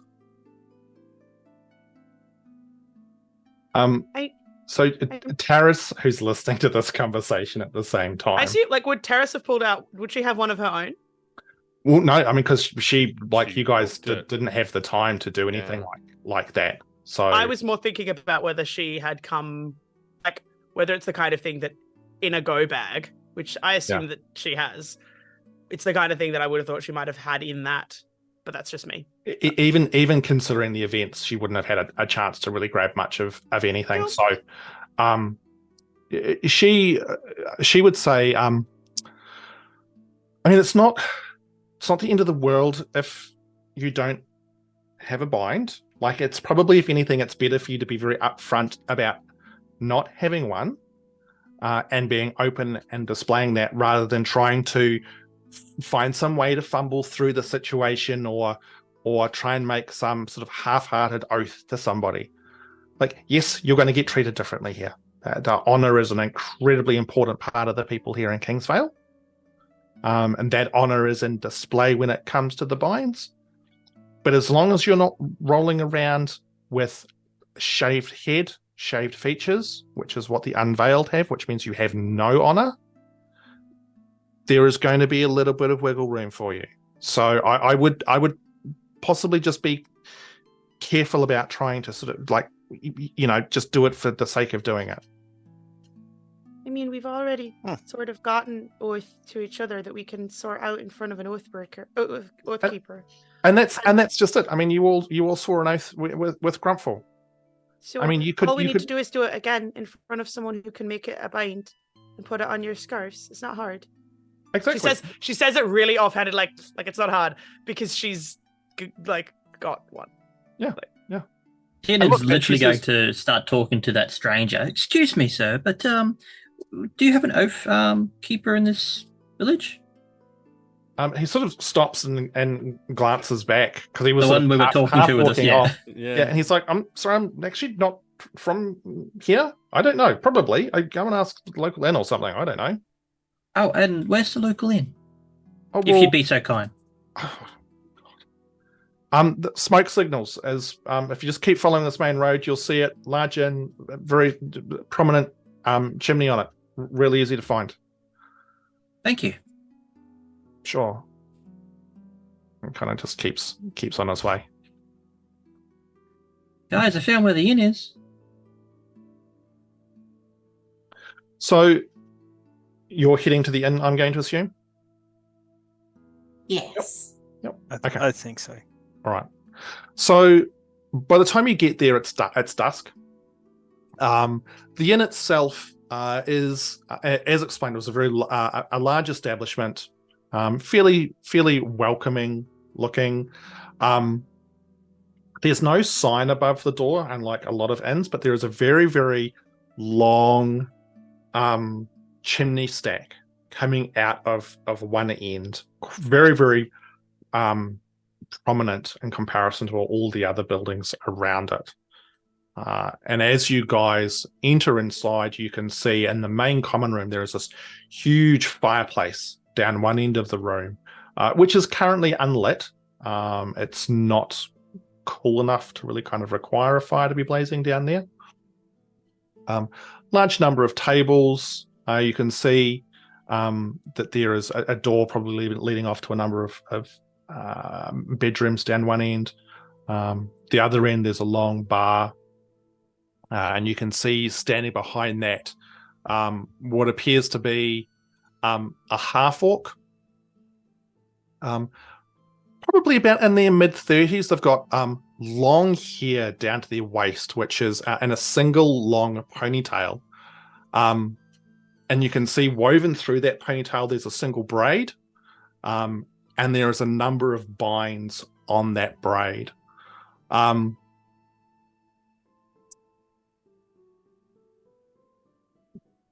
They've got sorry, just clicked on the wrong button, so I've gone to the wrong page. You'll also notice that the braid and also this half-orc's eyebrows have got zero pigmentation. But the rest of their hair is very dark, and they've got these very thick mutton chop sideburns.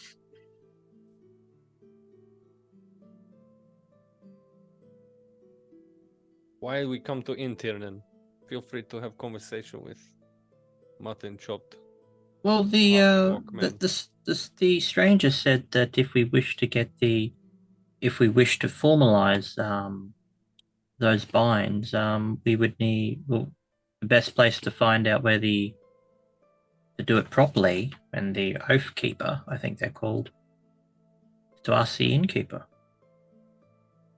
I see. Plus, it's getting dark. Well, where would you? Not like we're going to camp on the road again, is it? Why not?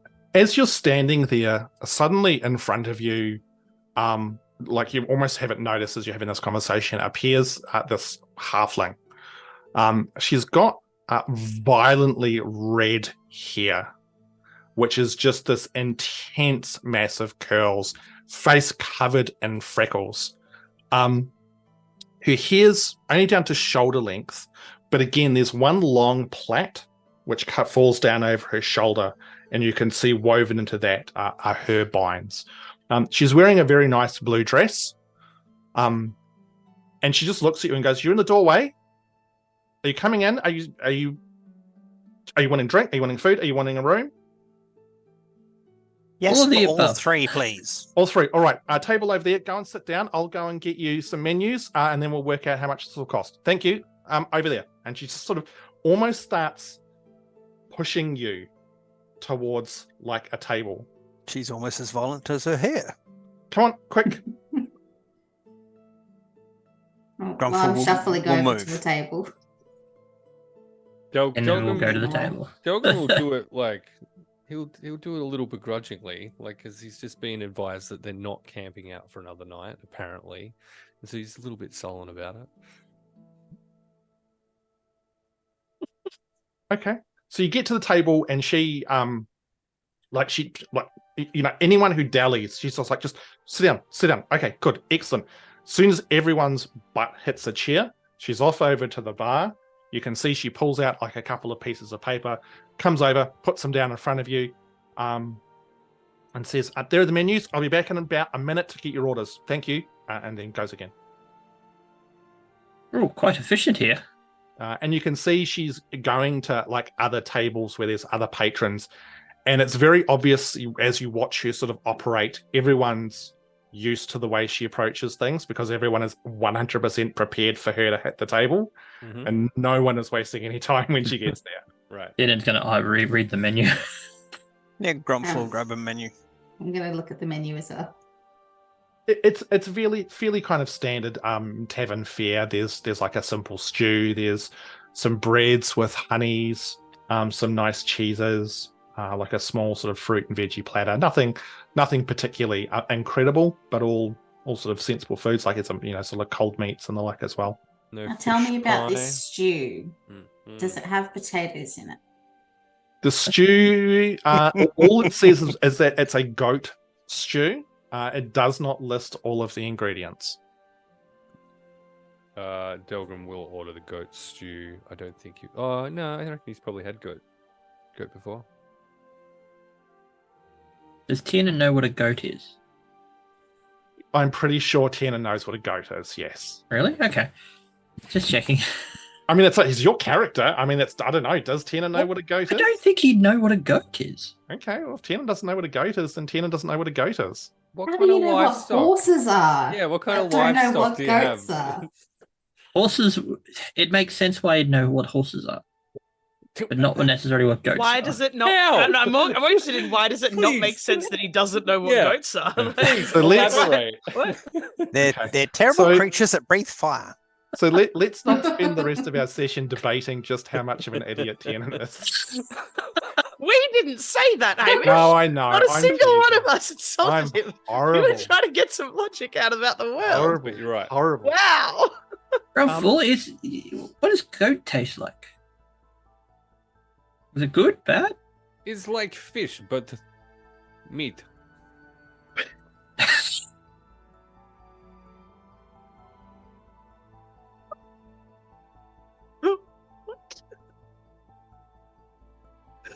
I think I'll skip the goat. We'll see you in a fortnight.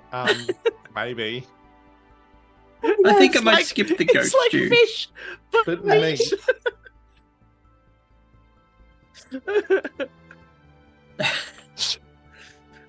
Delgrim wanted fish pie. There wasn't any on the menu. He's kind Tiernan's gonna go for the fruit platter. Okay. All right. Oh my god. So, the halfling. The halfling comes around,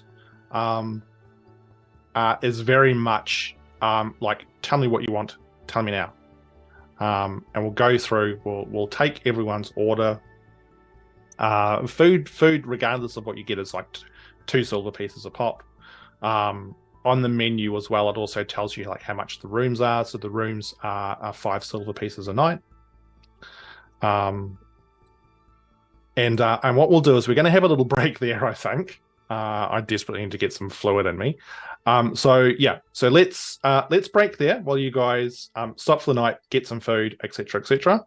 And then we will return, and we'll try and keep this crazy thing moving and not focus too much on the knowledge of the efficient livestock. Yeah. Okay, we'll be back in 5 or 10 minutes, everyone. Thanks everyone for hanging around. We'll be back soon.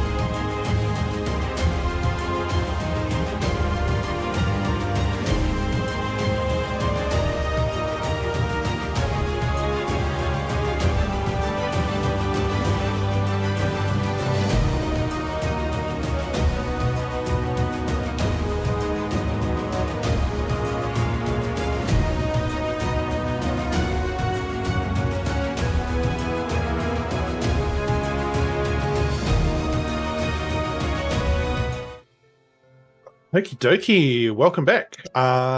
Thank you as always to everyone who's hanging out with us tonight. We really appreciate the fact that you guys choose to spend time with us. Time is super, super valuable, and the fact that you've made that choice is awesome. So thank you. So jumping straight back into things. Just then cast blip. So basically from here, unless there's anything else that you want to do for the evening, you guys would get your food, pay for your rooms, of which there's plenty. You would get hustled around by this small halfling who is obviously sort of one of the proprietors of this place. The rooms themselves are very simplistic, not uncomfortable, but certainly nothing special. And the evening would pass uneventfully, leading into the following morning. So when you guys wake up, head back down to the common room. There's only a few people down here. From what you could tell when you went up to bed the night before, the place doesn't have a lot of guests at the moment. In fact, there's probably only you lot and maybe one or two others. But very, very simple breakfast fares. There's literally just sort of like on the bar, a couple of loaves of bread, again some cheeses, some honeys, cream and stuff like that, which is laid out. Basically a sort of almost a self-serve buffet that you can organize. So you would go about getting yourself sorted for the morning. And now, is there anything else that you guys are wanting to do in Mountain View before you continue heading east towards the gem mine?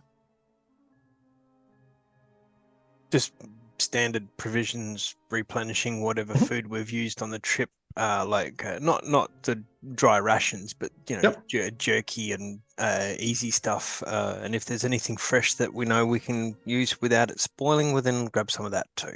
Bread, whatever.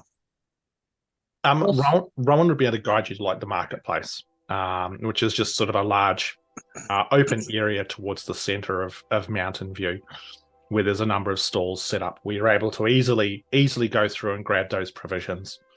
We would pick up a scarf then if they're heading to the marketplace. A scarf? A scarf. A scarf. Yeah, you see that there are a couple of places. There would be one which sells a much more sort of simple scarves, like very sort of just functional. And then there's another small setup which sells very elegant, very beautiful scarves. So if you were going to go sort of the more rudimentary basic type, you're looking at probably a silver piece. If you wanted to go fancy, you'd be looking at a gold piece. It'd be like they're kind of like, silks and absolutely stunning colors versus, like I said, functional.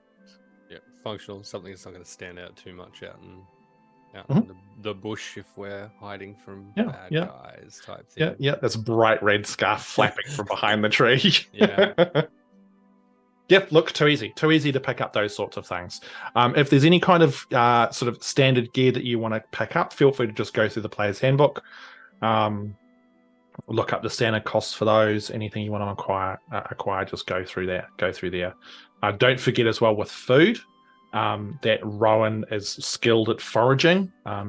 We've called that a few times in the past, so don't get too stressed about keeping track of rations and stuff like that. Way to burn the ranger. Yeah. Well, I mean, to be fair, I mean, ranger. I didn't build her when I didn't know you were a ranger when I built her, so sorry. Ranger by class title only in some respects. It's a forage off. Yeah. He's more. It's underground where he shines. Yeah. Like in a gem mine where she's gonna be absolutely useless. So it's fine. Very shortly you're gonna be a show off, and I'm gonna be like, oh wait, spider clan. Absolutely. Maybe less of a show off. But Is this where we were saying goodbye to Taris? Was she heading north? Which is what I was just getting to. So if there's nothing else you guys are wanting to do here, then yes.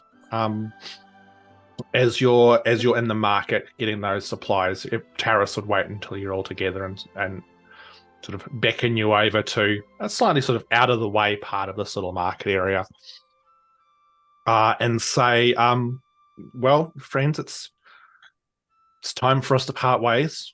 The road north leads up to Iron Edge, and that's where I'm planning on going. I don't really know what to say. Thank you.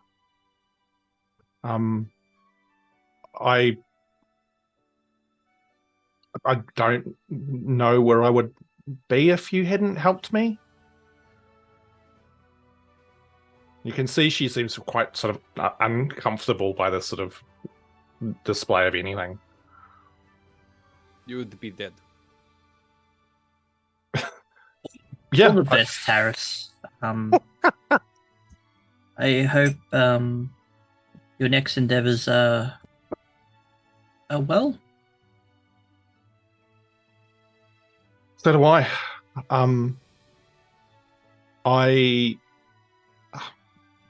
I don't know if I'll ever see you again. Travel safe. If for some reason you do end up going back to Harrow. Oh, I hope not. If you do, for whatever reason, and you need help there, seek out a man called Cassius Polano.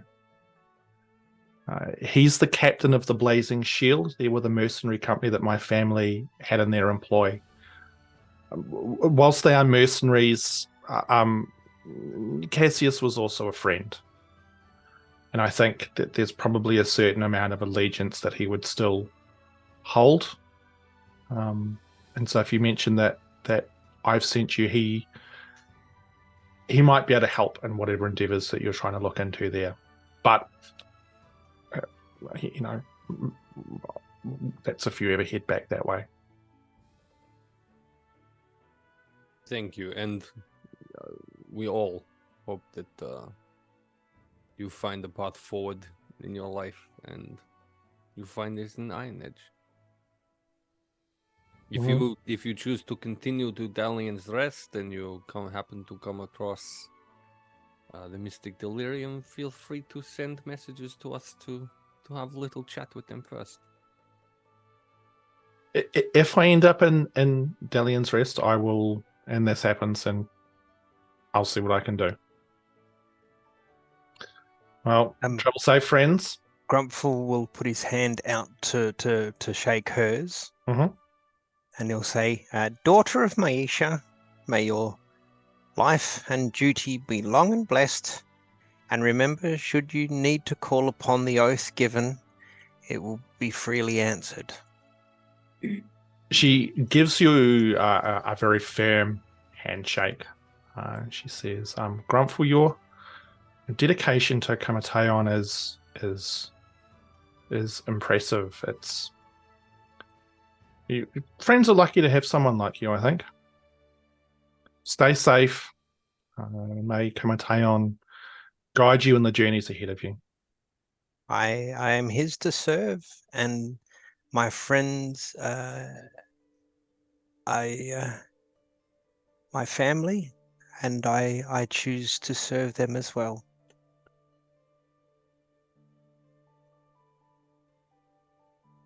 And with that, she gives a small wave.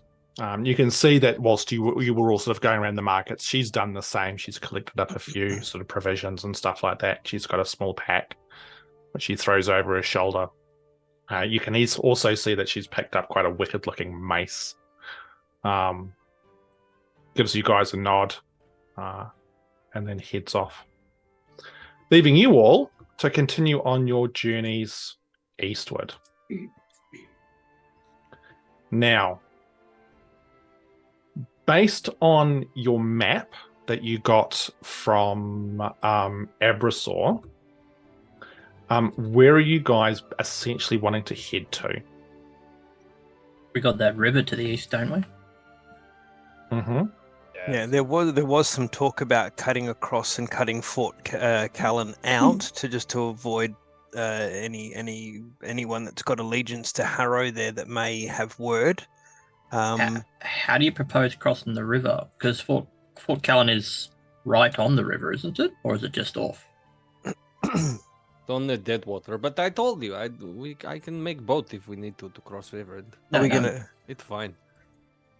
According to the map, is Fort Callan on that river, or is it on the lake?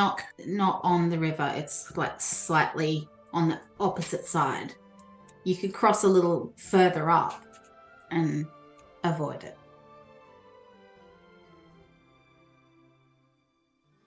Well, I'm not the best at the wilds, I guess I'd say. Do we just head east and cross a bridge, or do we try to rough it? How about we head due east, looking at this map? Now I'm not one for overland. I'm more under it, but I thought if we head due east, hit the river, and can't find a way to cross, we can always follow the river south back to the road and cross at the bridge at Fort Callan. Okay. My thought. Happy to acquiesce to other ideas. Sensible. I think we just get moving. Yeah.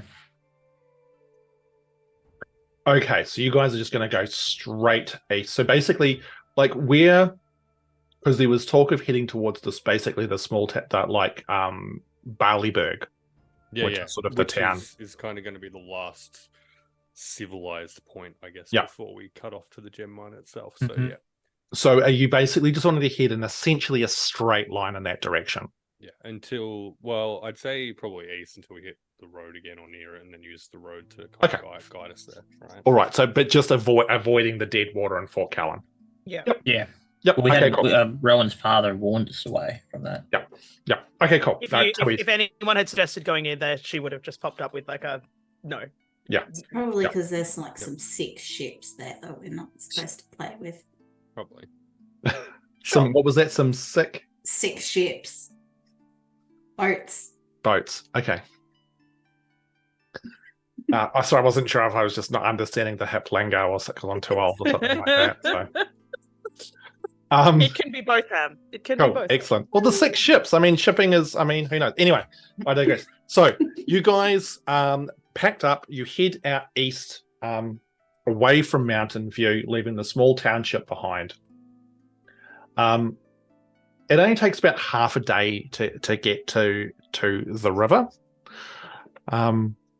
And what I'd like you guys to do, the point that you've hit's fairly wide and fairly fast moving. So I'd actually like whoever is going to be in the lead here to make a survival check to see if you can find a safe place to cross. So which of you is going to be involved in this, remembering that people can help? I think is Rowan still relatively familiar with this area that we're in now, or is this sort of past the point? Past the point, but probably like the landscape isn't that different. Yeah, but that it's not her landscape. So if you were doing something, she would help you, but she's not going to be an expert in this area anymore. Yeah, I think Delgrim would ask Rowan if she was willing to sort of come with on the scouting and adventurizing up front. Okay. Yeah. So in that respect then, Delgrim, can you please make a survival check? Sure. With advantage because you are getting assistance. Ooh, with advantage. 18 on the die. 19, 20, 21. 21, nice. Outstanding. Look at you doing ranger shit. Being a ranger. I mean, to ranging around. To be fair, you had to get Rowan to help you. Yeah, because the lower one was not very good. Okay, cool. Okay. We'll pretend that never happened. Mm-hmm. So, it only probably takes luck charm. Yeah. It only probably takes you half an hour before the two of you are able to identify a narrowing of the river where it doesn't look that deep, and you could probably fairly safely sort of ford it without any kind of issues, even though a number of you are quite diminutive. It would probably no hassles at all. And so with that, you cross the river with no issues whatsoever. The one thing that you do notice, of course, with traveling east, especially now that you're sort of on the opposite side of Mountain View, is sort of off in the distance, a good sort of 100 miles plus away based on the map and stuff. Just the imposing images of the Scimitar Mountains way off in the distance. Like the Usurper Hills were, they were high, but they're hills. Like they weren't anything terribly imposing. But the mountains themselves stretch high into the sky, and even from this far away, it is quite impressive. And it stretches basically as far as the eye can see, sort of north to south.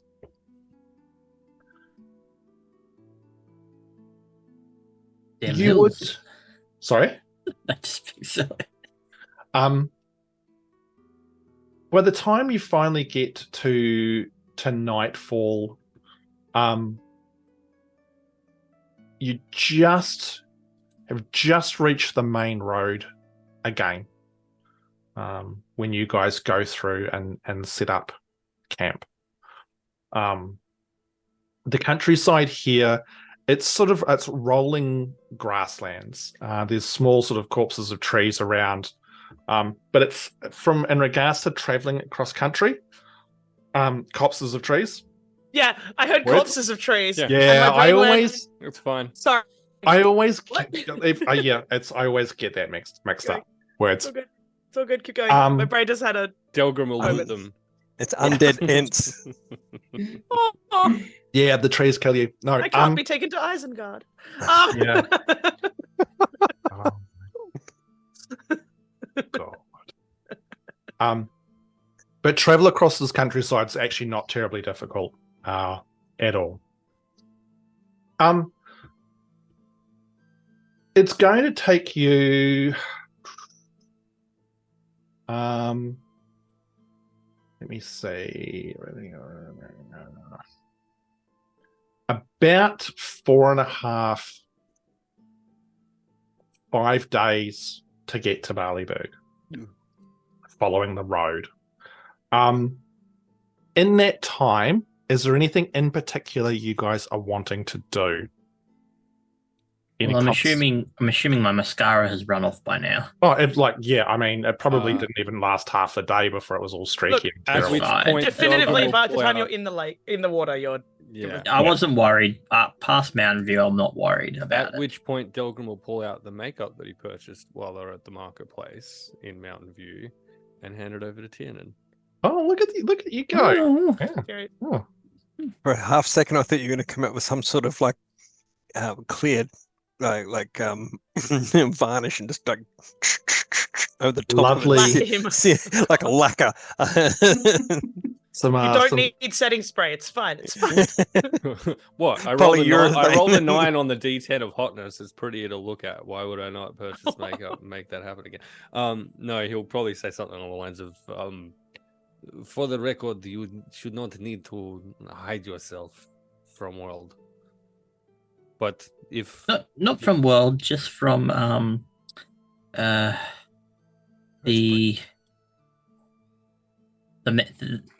what's the word?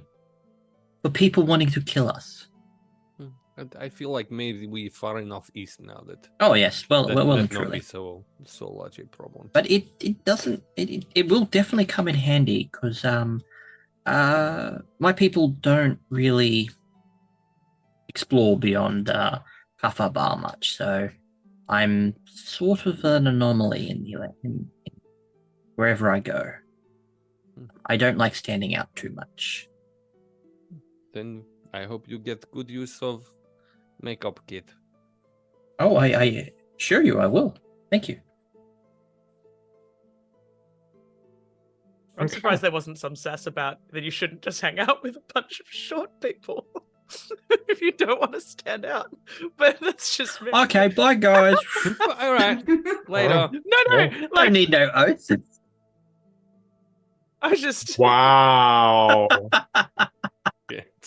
Is they were just Heartbroken. suggesting maybe you just hunch over True, a little. true colors. yeah, John. like Gosh. I can cut you off at knees. yeah. That's kind of what I was thinking was his response was going to be. All right, moving Hanging on. around with ankle biters. Bloody hell. Okay, Oh. so is there anything else that you guys sort of want to discuss or talk about on your travel? Because you've definitely got plenty of time. Not in like we don't need to play this out, but like Yeah. Rowan would probably want to have a bit of a conversation with the others about what else Thea said, other than that she was dead, because she's managed to prove that she's alive, but what other bollocks did Thea try and sow that's gonna screw us up later? She said she's very good friend with your mother. That they in some kind of group together. This is all I really remember. I see red when she said that you're dead. I so confused and angry. She explained that she lives slightly to the east of Riverview with a group of, I want to say, was it druids? Druids? Can't remember. Called the Garden Gnomes or something? Gardening gnomes. Gardening Gnomes. Yes, Gardening Gnomes. And she yes, Delgrim was correct. She did say that she was very friendly with your mother, but she gave the impression that you had passed some time ago. Like Rowan's gonna look at him in that like, well, you can see that I'm alive. Kind of what, like, you know, like you don't. That's the incredulity of like. But I'm right. Okay. Did she say anything else other than like who she claims she was? Because obviously not, and that I was dead. Did she say anything else about like? I don't know. Any other lies? Let me check my notes. Here's me going, we didn't need to play this out. I was like, Ham could have just dropped this, but y'all didn't do that, so that's fine. We thought you were asking us. That's okay. I'm cool. This is important stuff. I'm totally cool with this. Yeah. Okay. I know, but we didn't can also write end up much of derailing it down. Yeah, that's the I wrote issue. her name down. That's fine. Anyway. No, I think the main takeaways for me was you were dead. She knew your mum. She watched her grieve you. You were definitely dead. That was the main takeaway. But I did notice a contradiction. There was other than that I'm not dead? Well, other than that. Other than that. Right. But no, since that. She implied that she lived near Riverview, but didn't we find out that she wasn't in Riverview? Yeah, as I said, I don't know anyone by that name. Like, so.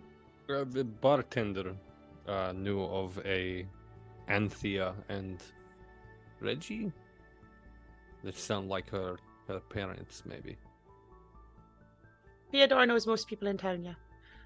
Okay, I guess just something for us to be mindful of, given we don't know where she is or what trouble she's up to. Out of character, didn't someone find out that she lived in Harrow? Yeah, Yes. we're told that she's We're told currently in Harrow. Yeah. But Okay. I think I was there for that conversation, so that's fine. It was more she was That's more looking for what information Tiernan was about like implying. yeah. She So was she's more at looking two for information locations about, at once. Well, she's saying she's one place, but you met her in Harrow. Right. She was with you in Harrow when I reappeared. So that's fine. All good. Chaos and pandemonium. It's great. Okay, cool. Anything else that you guys want to touch on? The only thing that Tiernan would mention to Rowan is to try to think of perhaps there's some sort of commonality between yourself and Thea, as well as yourself and Gerlach. And that's the only... Maybe there's something that ties... I mean, I You haven't to met them. either of them, so I don't know how that would be. Well, look for common elements associated with those persons and yourself. See if you can triangulate and isolate the common denominator. Sorry, what she's trying to say is like she's not. No, I would argue that you guys are better at that because you've actually met them, and I haven't.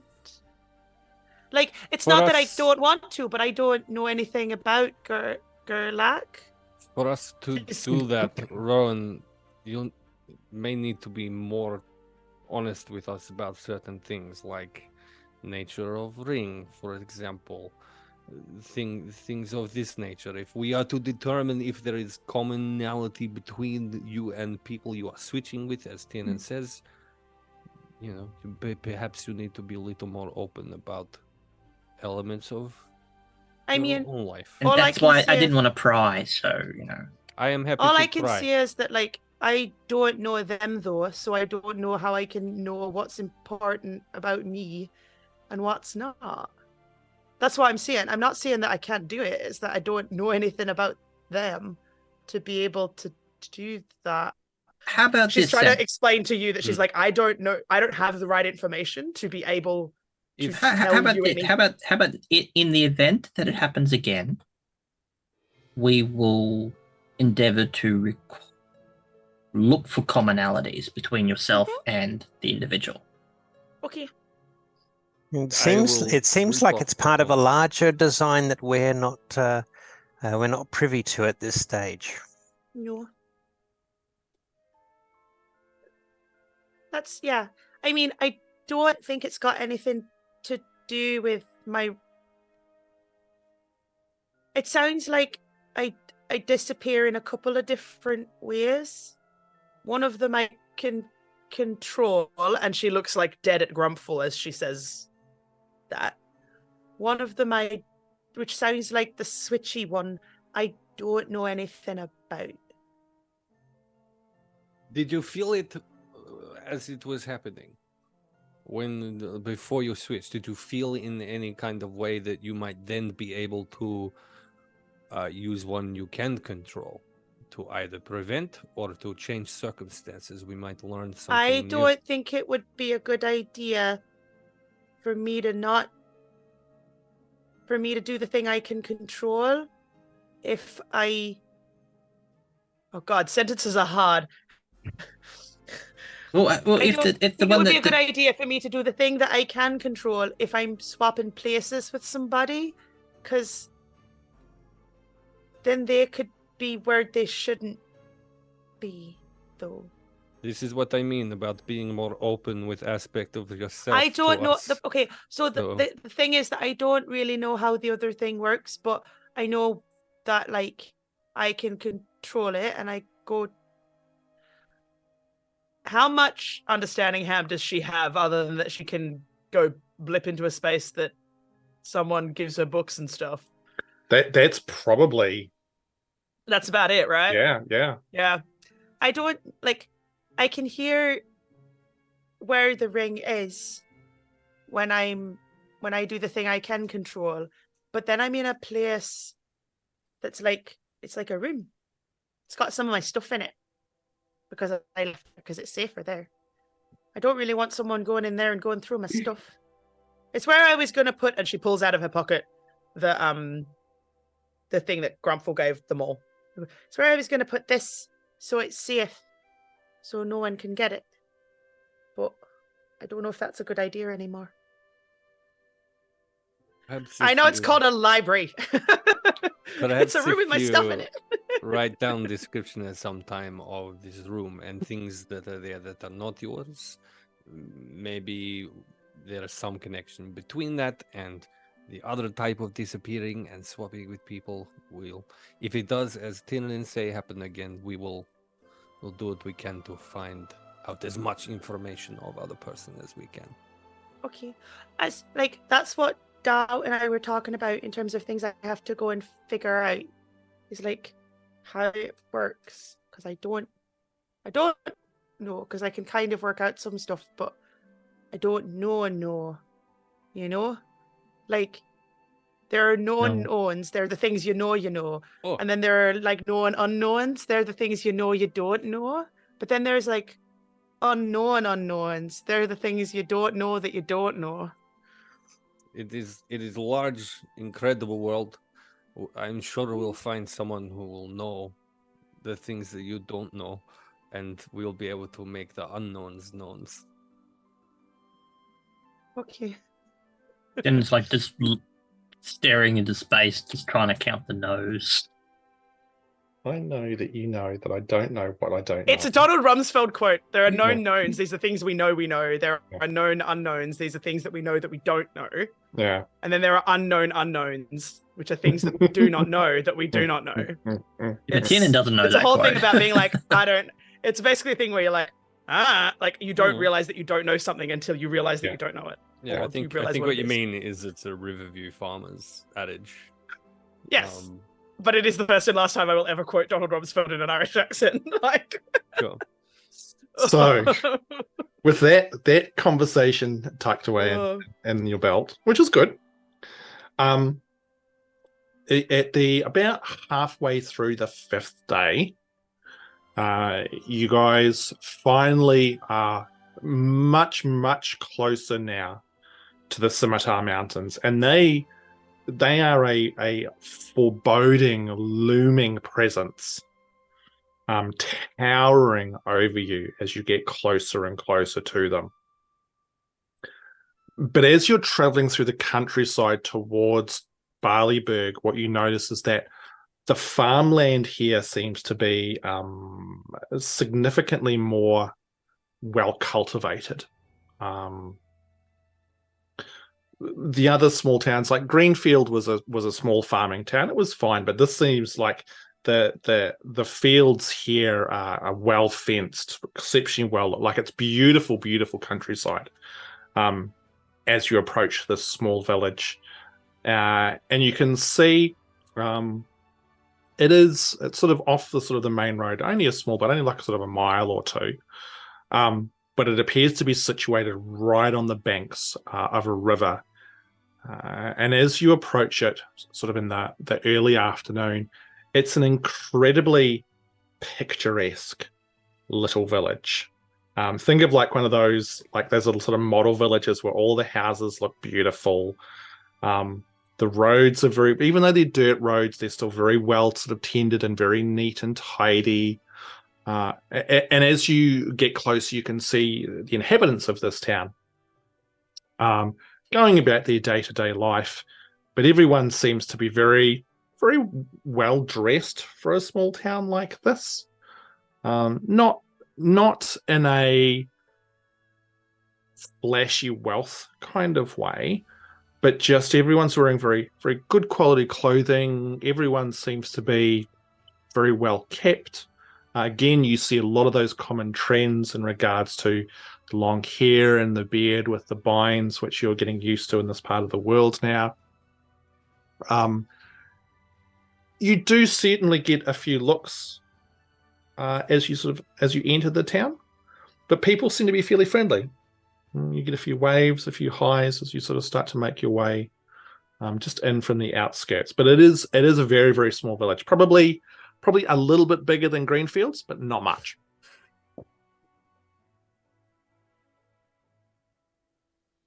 We look for the inn. But it's really only a place to stop or something. Barleyburg, is it not? Place to resupply for our journey over to east. There is one what look like on map maybe small settlement very close to mine, but I figure here we resupply, ready for last leg of trek. Should we ask people what to expect heading east? Maybe. Wise idea. So you're going to sort of look for the local inn. Is that what I'm hearing? Yep, cool. You follow what appears to be essentially the main road, and you can see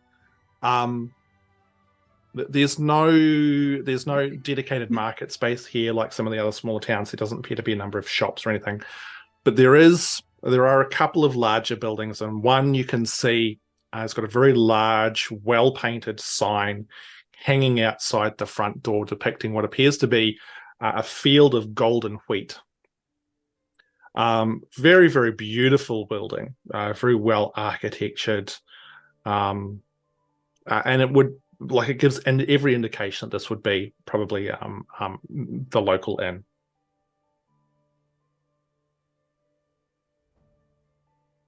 Delgrim will trudge on in. Yep. Assuming that the others are following. Mm-hmm. I will follow. Okie dokie. All right. So you guys make your way inside, and you find inside probably one of the cleanest, tidiest, most well looked after establishments you've ever encountered. Like, this place is immaculate. It is stunning. There are a few people here currently sitting at one of the tables with some very fine-looking glass mugs in front of them, which is incredibly uncommon for this. Like, all the other taverns and stuff are generally like pewter and clay. You know, if something were to happen to it, it would be easily replaced. Where the beautiful glass tankards here are truly stunning.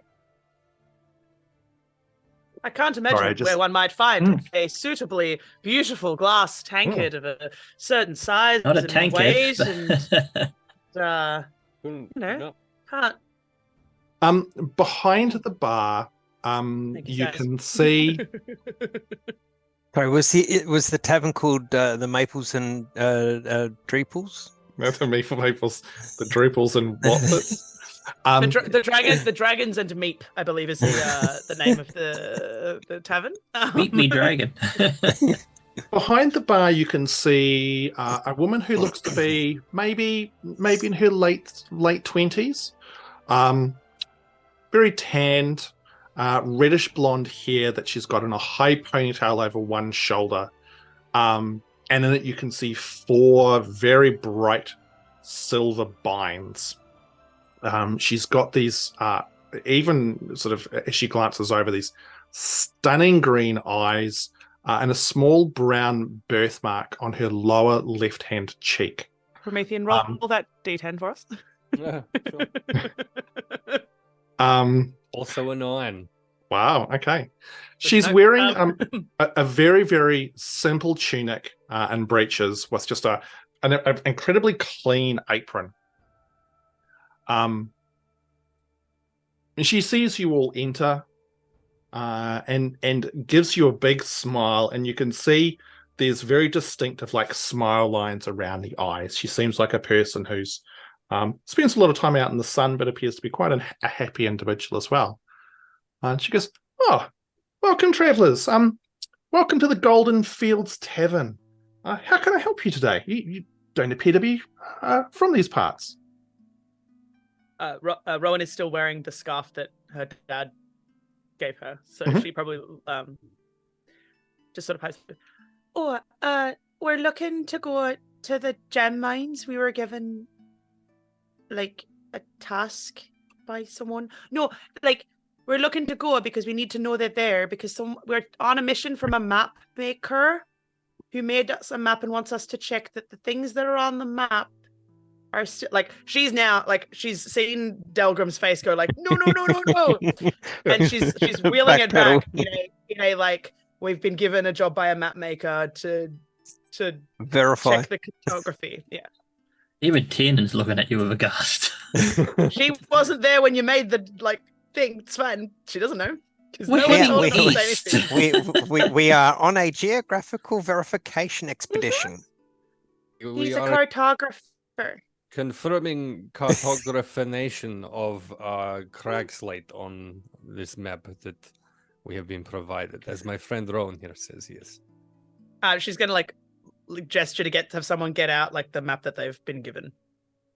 You watches this youngish woman like just watches this conversation kind of ripple through the party. He pulls out the bucket of popcorn. I've still got the map and I'm not pulling it out. You don't need to. The smile is still as wide and bright as when you first came in, and she's like, "Well, that's it. I'm not entirely sure I understand what you're talking about. It's hard But it to sounds explain. like... Okay, look, would you like to have a seat and just... Yes, I was... Do you want to sit down maybe, and I can maybe get you some food or a drink, and I'll see if there's anything I can do to help you out. Yes, please. Sounds marvelous. Can you also tell me, do you have a guild of sending in the town or somewhere where mail is delivered to? We don't have a dedicated guild of sending here, I'm sorry, but we do have a couple of riders which will head north, which will take mail up in that direction. Are you trying to get a letter to somewhere specifically, or? I'm just wondering if anything has been received here for me. Received here? Oh, I would need to go and probably check. Okay, so what was your name, miss? Sorry, my name is Meira Greenleaf. Meira Greenleaf. I can, and she turns and she goes and she calls out, Celia dear, can you come here, please? And from a back room, another woman appears. This one is about 18, 19, quite young, and is an earth genasi. Dark brown skin, thick black hair that falls to her waist and almost glitters in the light. And you can see woven through it 3 binds, all made of gold. She's quite tall and is wearing this absolutely fabulous bright dress of red and yellow. And she appears from one of the rooms, this back door, and sort of looks at your group and then glances over and says, "I'm sorry, Millie, what was it that you were after?" And she goes, Celia, this young lady here, Meira Greenleaf, she might be expecting some mail. Would you mind going and just checking to see if anything's turned up for her, please?" And Celia says, "Oh, yes, absolutely." Flashes you all another big smile. And literally skips out of the building. The entire time, Tiernan was basically staring at her because he has never seen an Earth Genasi before. The woman in front of you goes, well, look, while Celia's off, please have a seat. You can sit at one of the tables, or she says, we've got some booths, and you can see now, sort of along one of the back, sort of one of the walls, you can see there are a number of like sort of slightly sort of private booths set up where 4 or 5 people could sort of sit comfortably. And the other thing you also notice is that hanging on the back wall is this incredible painting of the Scimitar Mountains. It's like the length of the wall itself. Like, it's absolutely stunning. Says, look, if you have a seat, I can bring you some of our ales. Maybe I can bring you a nice meal. I can bring you like a sampler. Barleyberg. I mean, if you, yeah. Well, look. I mean, look. I don't know, but like Barleyberg's famous for its ales. We supply most of the finest ales across all of Kingsvale. Can bring you a small sampler while Celia's off, seeing if there's email for you, and if there's any questions I can ask about this map, gold mine. I have one question, but this is about samplers. Can I have large samplers? Well, I mean, I can just get you like a pint of each of the different ales that we've got. Certainly. I would love a pint of your ale. Do they all come in the glass tankard things? They do. We've got smaller ones. Like we actually have like the special little sample where you get each of our 6 specific brews that we all craft here in Barleyberg. Can I have the tiny ones, please? Absolutely. It'll be it's 2 gold pieces for the sampler, but that gets you like a sample of each of the different ales that we've got. And a snack. A snack. We've got some very simple cold meats which go quite nicely, and we've got some different cheeses as well. Is that included in the 2 gold? No. That's 5 silver pieces for that. But could it be? Make a persuasion check. Bloody hell. The pity that Tiernan still doesn't have his makeup on. He could have helped. Was that persuasion? Yeah. Yeah. 24. Fucking hell. Whoa. That for the whole table? She's almost caught off guard by just how like boom, and she's like, "Well, look, you seem nice. 2 silver pieces rather than the 4 for the food. How about that per person? And we still are running a business. I mean, I can't just give it away, but I'm happy to maybe, drop the price for some new people." I will happily. I'll happily try that. Yes, thank you. Yeah. So it's 2 silver pieces for the food, 2 silver pieces for the ale sampler. Silver or gold? You've just 2 gold. Sorry, No, 2 he gold. said 2 silver. 2 silver. That's it. Yeah. Take No, my 2 gold. price. to be clear, that was Kate voice, not Rowan voice. Yeah, I was yeah. clarifying. Yeah. Well, for no, me. but she said 2 silver, so I'm taking it as 2 Sold. silver for each. No, Great she deal. fireballs the party, you will die. So, Not I really didn't ask ale how anymore. big the room was. just big enough to get you Don't all. cast fireball. So I'm sure clerics don't get that. she collects all of your orders and everything, and then she says, "I'll be back in a minute," and she potters off.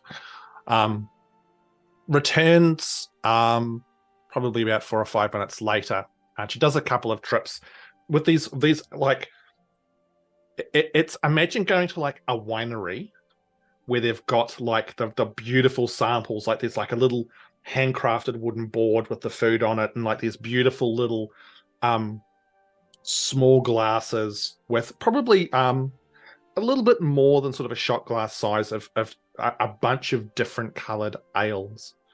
And she puts it in front of everybody. So if you've ordered any of these, please deal with the money as appropriate. And places those in front of you all. I'm going to point out Rowan didn't order any of this. Rowan has just sat there. That's cool. But yet Rowan will be getting the group bill at the end of the evening. She will not. I need to go to the bathroom. Excuse me. Oh, yeah. She has Tiernan ordered only it. pays She for will himself. not. Sign and I know dash. the bill. It's got this image of Meira going. It's that moment where I'm Right. like, I'm just going to point out that I am not. If anything happens, I'm not giving out of this bill. I haven't ordered anything. Yep. That's cool. Like I Sorry. said, if you've ordered something, deal with your money accordingly. As she puts it down, she points to one of the glasses and she says, "Look, these are all very lovely. These are all crafted all throughout Barleyburg by the various breweries. But I would just like to call out this here, the draft wheel. This is my family's speciality. It's a nice, delicious, malty, slightly hoppy brown ale. I really do hope you enjoy it. We're quite well known for it in Kingsvale."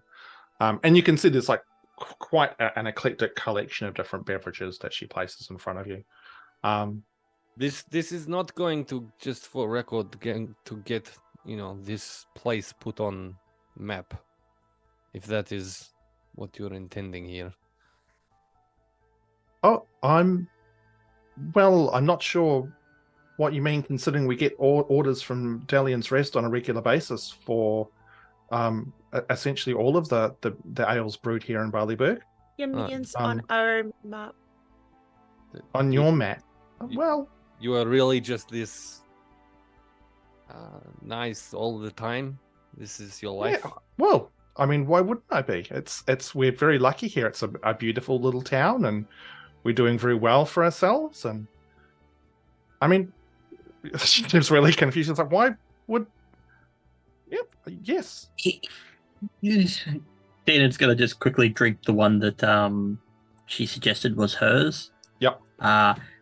Oh wow, this is really good. Oh, that's wonderful. I'm very happy to hear that. That's excellent. Now, is there anything that I can help you with? Like you said that you've come here looking for something, and I don't want to pry, but we've got, there might be someone in the town who can maybe help you out if you're looking to head. I'm assuming you did mention something about a mine, so I'm assuming that's probably going to be to the east towards the mountains. Is there somewhere specific that you're heading? Again, if you don't wish to tell me, that's fine. But Oh, just curious. What's actually east of here? well, east of here, well, I mean, you've got to cross the Drindle River. I mean, effectively, east will take you all the way up to the Scimitar Mountains. Is there something specific? Well, is the road safe? Is it, Well, what would we expect? We'll need traveling supplies provisions for journey east as to Scimitar Mountains. From here to mountains, we go through Cragslate, head toward Belabin's Gorge. We're unfamiliar with the land here, so what I'm should sorry, we did you expect? say you're heading towards Cragslate? Yes. She turns to one of the other tables and sort of pulls a chair over and sort of sits down. She goes, "Oh, okay. You do know that, like, Cragslate's, like, nobody lives there anymore. Why not? Like, it's been abandoned it's been like a couple of 100 years now. It's a ghost town. Nobody goes there. How come? Why would you be going to Craig's? I mean, again, I'm sorry, I'm not trying to pry. It on way to our destination. It seemed like a good spot to stop. Well, why does no one go there? If there was people there. Well, there were people there, but I mean, it was a couple of 100 years ago. To be honest, I don't know a lot of the details. And the journey there is not the nicest. I mean, there's a couple of ways to get there. I mean, I'm not very familiar with it myself. Are you sure you want to head in that direction? We are fairly sure, yeah. Is there someone who is familiar with that journey that we could talk to, who might have made travel in that direction before, or traveled from that direction, not from here? Look, probably your best bet is to maybe go and have a talk with Misfortune May. She lives on the outskirts of town. I know to the east. She's still on the west side of the river, but if anybody's gone in that direction, and there's some people suggest she has in the past, she's probably someone who's going to know. But I mean, most townsfolk don't go that way. And what do you say her name was one more time? Misfortune May. May. Sorry, everyone calls her Misfortune May, but her name's May. Why misfortune? Oh, well, I mean, can you make a persuasion check for me, please, Delgrim?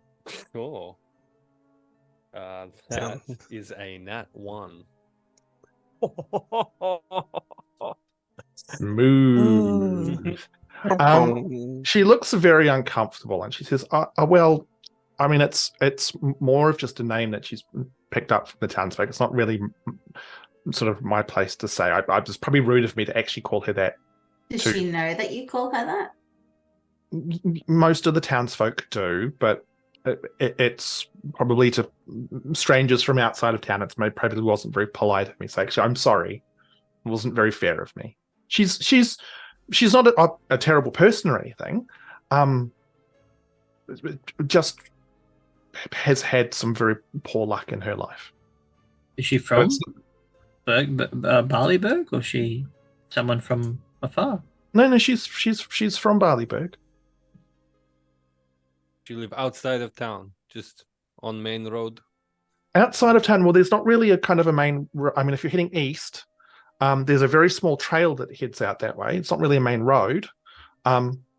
But yeah, I mean, you'll see she's got a small cottage just probably about a mile outside of town. It's pretty easy to see. Okay, we will talk to this Misfortune May. And where did you say that we could purchase supplies? Supplies. I mean, there's a small goods and wares store. Just a couple of doors down. You can go there. Reese and Sally should be able to set you up with any supplies that you need. They're lovely.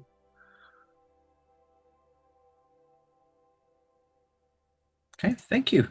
Oh no, it's my pleasure. And again, I mean, please, if I can ask you a favor, please don't call May Misfortune May. I mean, it's one of these things where if you're in town, it's probably not very polite. But for strangers as well, I would suggest that probably if you're wanting to get any help from her, calling her that's probably not going to help. What's her last name then? Her last name is actually, to be honest, oh God, this is kind of embarrassing. I don't actually know. Everyone just calls her May. She's the only member of her family that's here.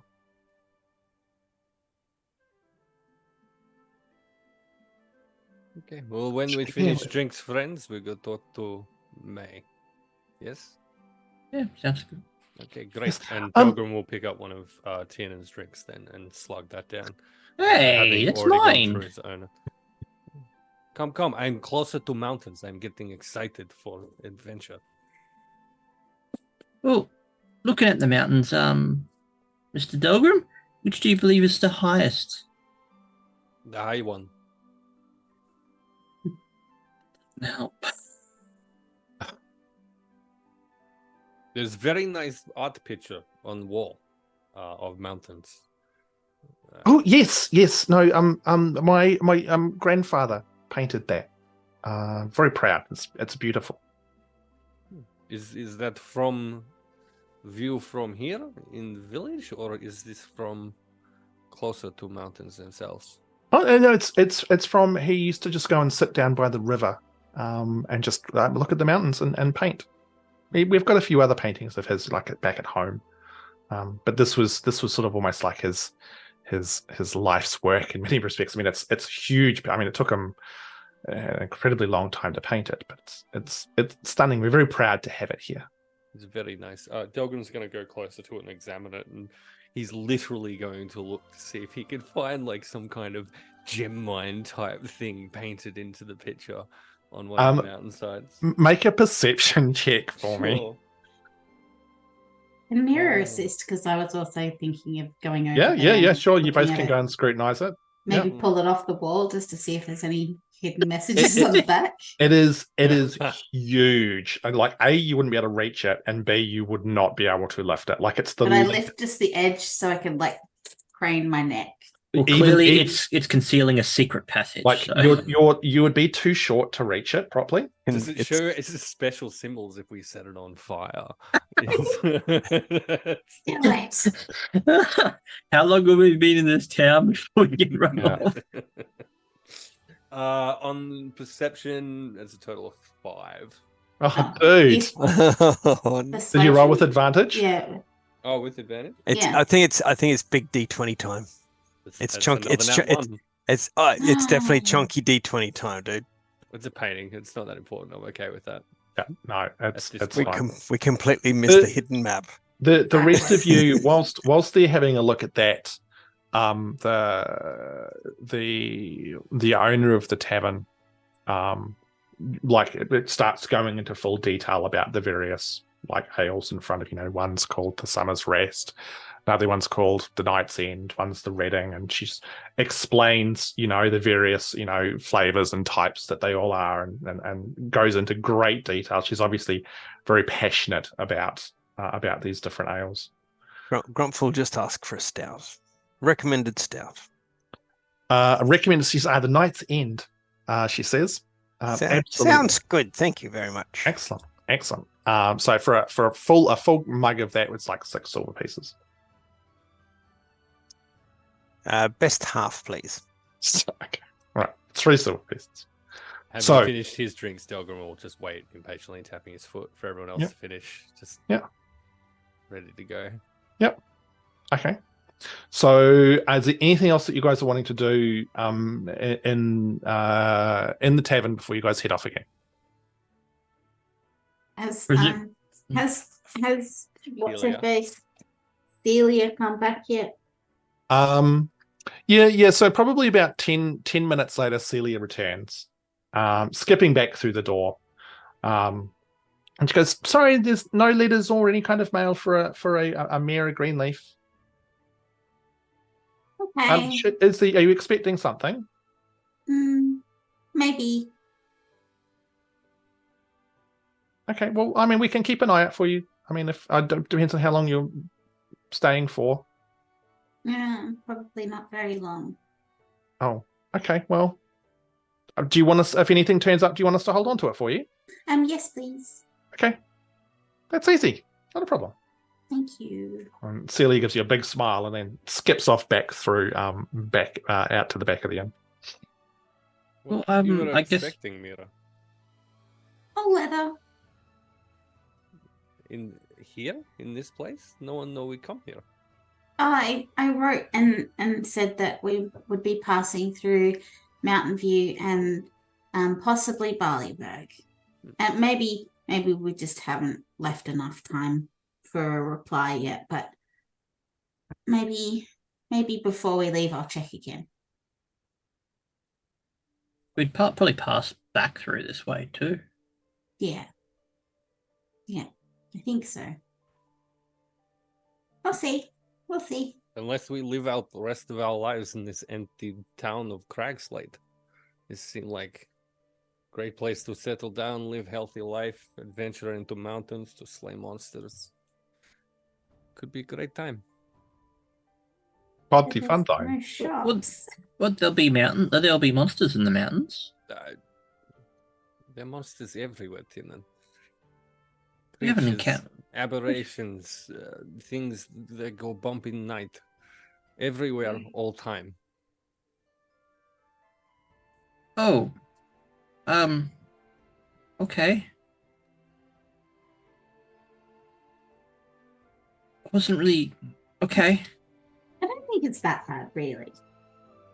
We haven't encountered. Only time we ran into a monster was when we went down to the earth. You haven't encountered them because I am very good at my job when I do scouting. Right, and then you conceal the bodies before we pass. Probably eats them because everything tastes like fish. Like fish, but meat.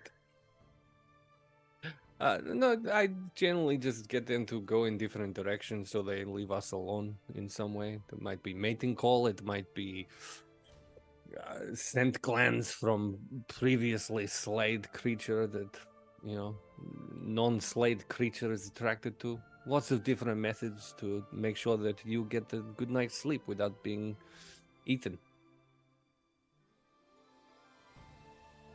Can I do a perception check? I want to know if that's actually Yeah, Tiernan's real. even having Absolutely. trouble processing this. Can he? If can he you would like insight to check? make an insight check on Delgrim, sure. Delgrim, if you could make the appropriate roll which you feel is required for yourself. Actually, we will go chonky this time then. I rolled a 16. John, what did you roll? Of all the times to roll a nat 20, Hey. Oh! I got 19, but I I was- rolled a I was- nat 20. I was almost waiting for John to say, this is not one of them. Yeah. Delgrim, what did you roll on your whatever check it is? I rolled 17 and there's no modifiers of any kind. And Oh. it's, look, okay, so it's not a straight out lie. That, for mundane creatures in the area, there's Yeah, certain, like rabbits and there's certain goats. ways to make sure that we don't cross paths with them and have to go So out of our way. Delgrim's so- out here diverting the rabbits. Because Tiernan Yeah, was asking about full-blown monsters, which Huge gave him the pointed impression teeth. of. so Tiernan, you Not a demonic definitely- bunny. You definitely feel like there's probably some exaggeration in what your friend Delgrim is saying. NBCD and the scent glands are absolutely true. Just Yeah. applicability of how useful they are. Tiernan grabs his small little testers, I guess, or taste testing, just drinks it slowly while eyeing you off Delgrim skeptically. Doesn't say anything. And I believe you entirely. So, with that, with drinks, drunk, food eaten, anything else that you guys want to do here? And if not, where are you off to next? No, I think it'll be a chat with May first before we do a supply run, because there may be specifics from that conversation that we all need to factor in. Okay. I agree. All right. So you guys are following on the directions from the tavern keeper. You guys make your way out of the small town of Barleyburg.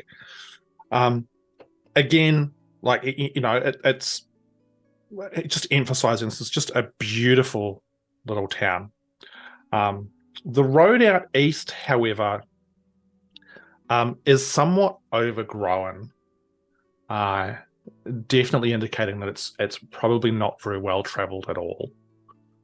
And you go, as you were told, maybe just under a mile before you can see off, sort of to the north a little bit, a small shack. Some little chimney.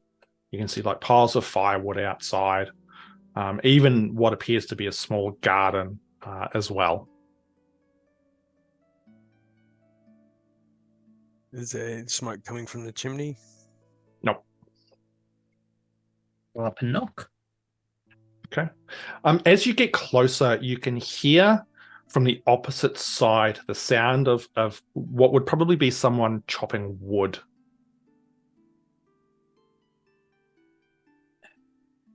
Just who do we see, I guess? Yeah, we'll do that awkward kind of presenting ourselves as blatantly as possible as a non-threat, like, hi, we're Hello. here in your space. Yeah. Hello. So you You come come around- around cast warranty. You come around the edge of the small shack, and you can see standing there another Earth Genasi. Very, very dark brown skin and thick, dreaded hair that hangs in a bundle down her back. Currently, she's wearing what appears to be just a very, very plain tunic and breeches. Very, very stocky build, wide, strong shoulders. And you can see as you come around, she's just put another piece of sort of wood on this chopping block. And with practiced ease, brings the axe down and just splits it with hardly any effort at all. As you guys sort of emerge around the corner, she glances up and you can see that she has these deep violet-colored eyes. As she just stares at you, like she's sort of bent down to pick up one of the sort of the cut pieces of wood, and she's got the axe in one hand. And as she sees you, you can see she sort of just very deftly adjusts her hold on the axe. So it slides down the haft to the bottom where someone would hold an axe as if they were going to use it as a weapon. And she just looks up at your group and says, yeah? Are you Miss May by any chance? What did you call me? Miss May? I'm sorry, I didn't catch your last name. They didn't give it. People in town call you Misfortune, May. It seemed quite cruel. Can Grumpfel throw his hand over Promethean's mouth as he goes to say exactly what Promethean's mouth? not Or over Promethean's, Delgrim's Delgrim's mouth. As Delgrim goes to say exactly what Grumpfel thinks he's going to say. My friend Tiernan here is just polite. He call you Miss. It's very different. I'm gonna let's make this a if Grumpfel was to try and stop Delgrim from saying this, would Delgrim try and like fight him off, or? Yeah, but more in like an annoyed, what are you doing kind of way. So Let's just licks your palm. let's make this a contested, like a grapple check. So let's make this a contested athletics check. All right, game on, gnome. Bring it, bitch. Oh! Wow! Holy! My apologies for the language. Okay. No. So Alright. that is getting clipped without that apology on that. Yeah. What do you got? Oh no. So 19. No, 13 on the dice is not going to cut it without look, even looking at anything. You reach across to try and stick your hand over Delgrim's mouth, That's and he like if you go dex rather than strength, that's 16. no, he's Delgrim. I would have He is got locked 18 on dex, so locked and matter. loaded. You can see her eyes narrow when you say that part. I must admit, I can't remember what you said after that, Delgrim. People in the town call you misfortune, may which seem quite cruel. My friend Tiernan here, he just polite. He call you miss. It's very different. I'm always polite, and Delgrim, that's rude. I know it's rude. Then why do you say that? Well, she might not know that people call her strange name for secret whispery town reason. She lifts the axe up a little bit higher, and then just buries it in the chopping block. Wipes her hands on her tunic, which you can see is sort of a bit filthy and unkempt. And looks back at you and goes, "What do you want?" I apologize for my companion. But we're traveling east, and the lady at the inn, whose name I didn't actually catch, suggested we speak to yourself as to what the road conditions were to the east, or what to expect. It was Millie. Millie said to come and talk to you. Oh, we've dropped her in. Do you know what's to the east? Yeah. Would you be able to provide us some information, or what to expect?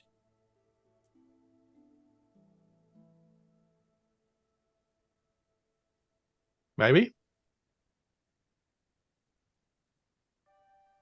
Great. Just want Tiernan to know nervously so looks we towards can the rest of the party. Help me out here. I just want to know so that we don't get injured on the way. We're not gonna hang around. It's not Monsters East, are Could we they? trade for some information? What have you got to trade? I've got some pretty good cookies. Yeah, like even Delgrim will actually physically nod at that. Like there's no disagreeing the goodness of the sparkle cookies. She gives you a very kind of dubious look. Make a persuasion check for me, please, Meira.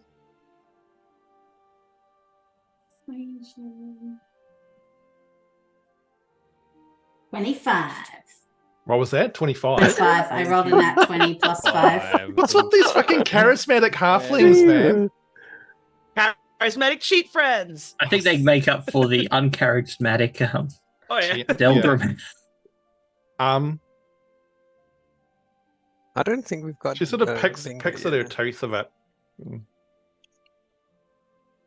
Well, I mean, I need to try one of these cookies first. I'll pull one out, but I will also, as I'm pulling it out of my bag, put a bit of the glow moss on it. You will need to make a sleight of hand check to pull this one off. Like, there's no way that Miera doesn't become a cult leader at this point. Like, this is just like.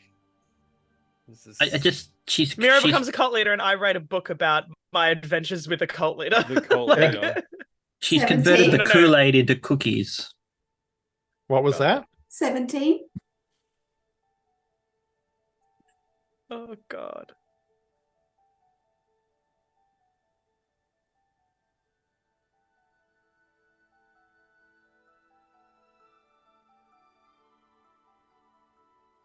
Saw what you did. You guys can clear off. And she turns around and walks around the other side of her small shack. What did you do, Meira? And you Rowan? can hear the door open and then slam shut. I was just giving her a cookie. And then she'll pull the glow moss off and say, "Oh, that wasn't supposed to be on there." Meira's- Rowan's gonna sigh exasperatedly and just like walk away from Meira, but towards May's hut. We'll deal with that. Did the rest of the team notice that I put it on there, though? Would anyone You've just pulled it off in notice? front of everyone. You've just done that. Like, Yeah. I'm like, Yeah, if you pulled it off in front of them, then they would see that. That's They the might not part have seen that you I- put it on. Yeah. Okay. So, well, they can believe me, I guess, or not. Rowan's chasing May. Rowan's going to go after May, but is happy for this scene to finish before we deal with me. Did So we're not did moving with Meira. Ham, did May take the axe with her, or did she leave No. it in the... X is just buried in the chopping block. Grumpfel's going to walk over there and try and retrieve it out. Yeah, look, I mean, it's like it's buried in deep, so it would take a little bit of working to get it out, but you'd better, it would be fine. Then he's going to roll up his sleeves and he's going to keep chopping. All right. Yeah, there's a big pile of wood there, but sure thing. Absolutely. Love it. So, yep, Tiernan. Seeing what Grumpfel did, Tiernan just casts his eyes over the... Doesn't have much knowledge on gardening, so he's not even going to try. But is there any sort of... is the fence well maintained? Is there anything that could be repaired around that he can see? Make an investigation check. 15. Sorry? 15. Yeah, I mean, you sort of head around the other side where you can see the little garden and stuff. It all appears to be incredibly well maintained. Okay. I can't help them there. Yeah, this is someone who appears to be very, very sort of self-sufficient. So whilst you guys are doing that, Rowan and Delgrim, you guys head around to the front of the small house. Oh no, I'm not going to follow Rowan. You're not? I'll just watch Grumpfel chop wood. Okay. All right. So Rowan, you go around to the front of the house, and yep, the door is closed. I'm gonna test the door handle, like, to see if it would turn. Not like I'm not gonna push the door open. Yeah. I want to see if it's locked, basically. No, doesn't appear to be. She's gonna knock on the door. You knock. No answer.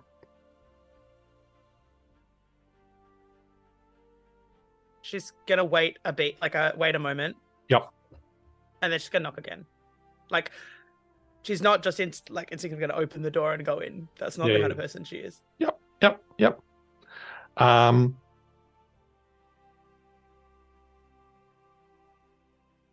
His voice from inside just goes, "Go away." I know my friend's an idiot. I just wanted to ask if there's anything I need to know so that the idiot doesn't die. That's all. Make a persuasion check.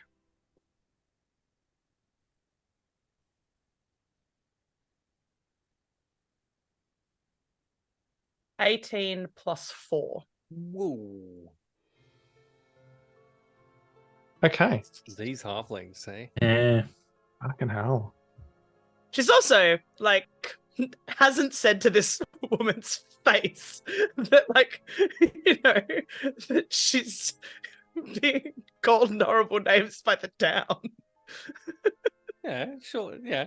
Why should she know that? Anyway, sorry. So there's a brief No, but, pause. There's a brief pause. The door opens. The She looks first straight thing up because she's assuming, yeah.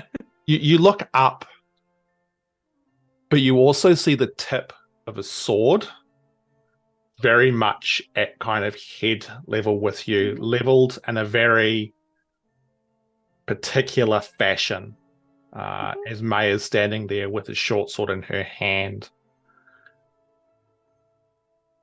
Rowan is standing, not with her hands up, I've got nothing in my hands, but her hands are clearly in front of her and she's clearly got nothing in them. I mean, technically her ring's still on her hand, but she's got nothing in her hands. Yeah. Why do you want to go east? Cartography. Cartography. We were given a map. Have to verify what's on the map. That's my job. Where east? Somewhere They've got the specific? map. So, explanation. And she's like done the like full hands, like, Yeah. you still got a sword pointed at me. I kind of want to explain, but you have a sword pointed at me. Yeah. Explanation after I don't feel like my head's gonna get cut off, please. Point of the sword lowers. She's still holding it at her side, but it's now not pointed directly at you. So, I'm not from here. I'm from Riverview, on the way. The other side of the usurper. I don't know what you called those mountains, actually. I should find that out. That'd be good for the map. The big hills back west? Not the mountains, the big hills. She just gives you a brief nod. Okay, so I'm from just the other side of those. And we was in Harrow, the big town near the bottom. I know Harrow. Yeah. Okay.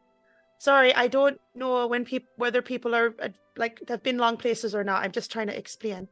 And we got a map, and we're just checking that all of the places that are on the map are there. So we tick off the little town up the road. Sorry, it's the weapon. It's making me nervous, and so I'm not. Words are hard. But we were just trying to work out all the places, and then they were like, the people at the inn, Millie and. Can't remember her name. Starts with a C, I think. The other one. And she just stares at you. Yeah. So they were like, we should go ask May, because May will be able to tell you if it's safe or if it's not a good idea. So that way we don't die. Because I'd like to go home to my dad at some point. With me head, preferably. She gets to the end of that sentence and then just that big smile of yeah, that's all I have to say. Yeah. Oh my god, you've still got a sword. I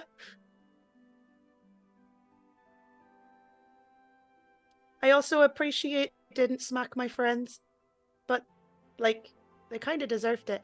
And if you can hear chopping, because I assume we can hear the chunk of. Yeah. I think that's probably Grumpfel doing your wood chopping for you. He's lovely. My friends are nice. They're just, one of them's just not good at words.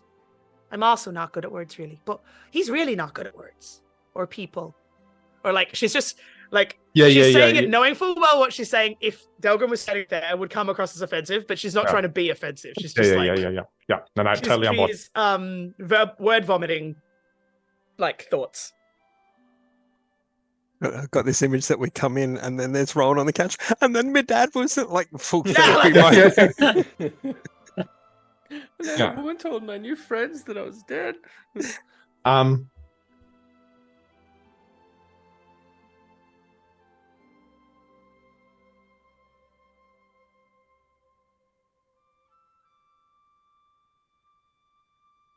Right.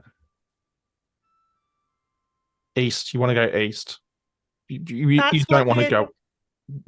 Going east is stupid. Why is going?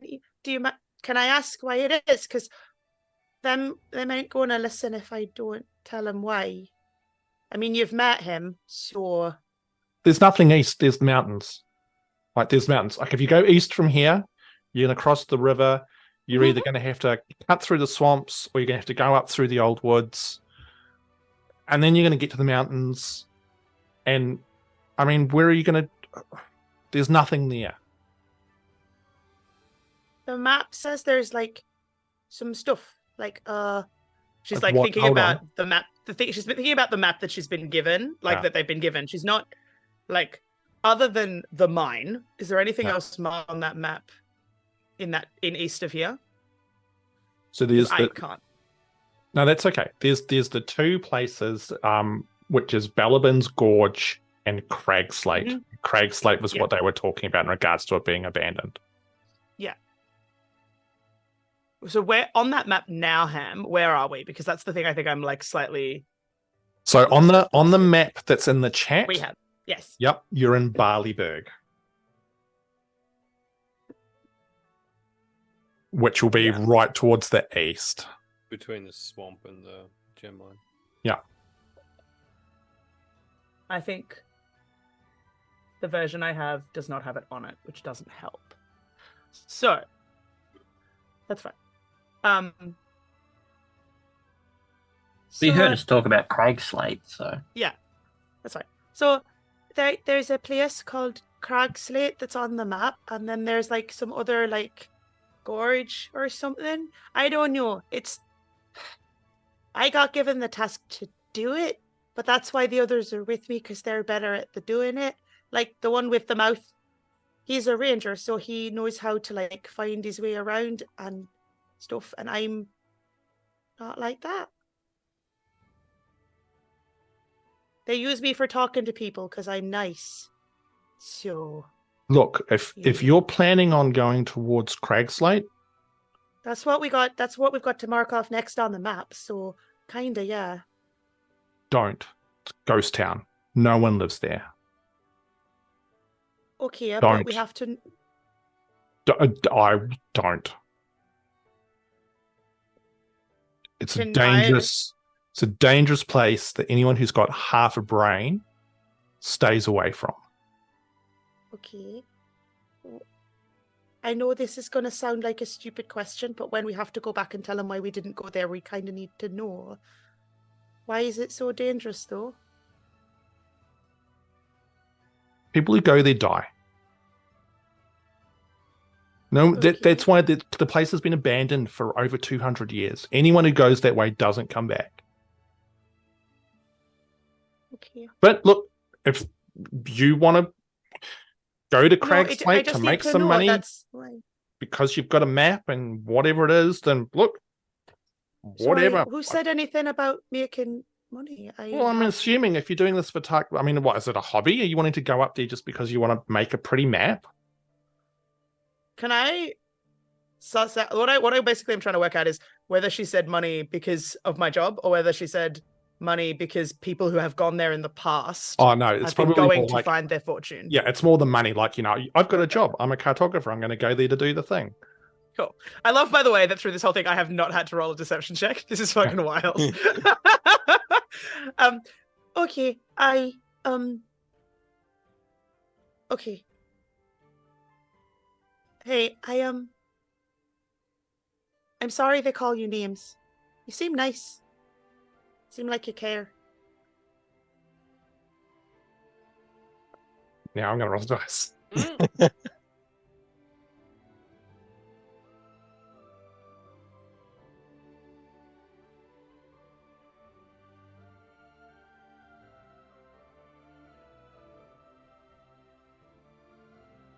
Two ways to get there.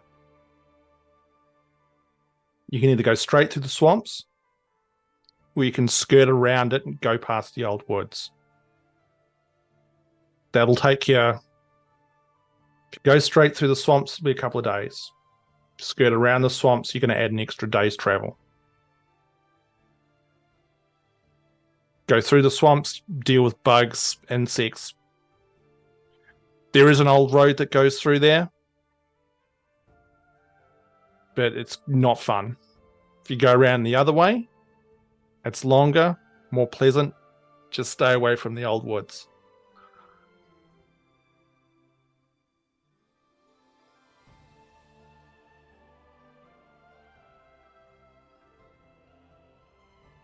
Okay. Is there anything else? Can we put the wood somewhere so you don't have to pick it all up yourself? Don't care about that. All right. Well, don't die. And she just closes the door, and like anything else that you go to say, dunk. She's gonna just say to the door, okay, well, I'll see you when we next pass through. And then just like wanders back to the group. Just saying she would have been happier if she'd eaten the cookie. How to lose NPCs and alienate them. Or in Rowan's case, how to win friends and influence people. Well, You and your goddamn over 20 on your bloody rolls. Bloody The hell. best you got was don't die. You didn't do that much better than the rest. She of told me a us. whole bunch of stuff that she didn't tell you. She told us And she things literally- that we know from the map that we possess. She also didn't cut my head off when she had a sword to my throat, which this is is true. absolutely possible. How to apologize and placate people. I think the only information she gave was Yeah. don't go. Yeah, Don't but go that's into like- the old wood. Which is fine. So she's going to come back and be like, okay, so she said not to. So on the map, it's got the bit that goes through the swamp. She said that bit will take us a day's less travel than going round, but you'll That's have good. bugs and stuff. There's like bugs and gross stuff. So it depends on what you're feeling like.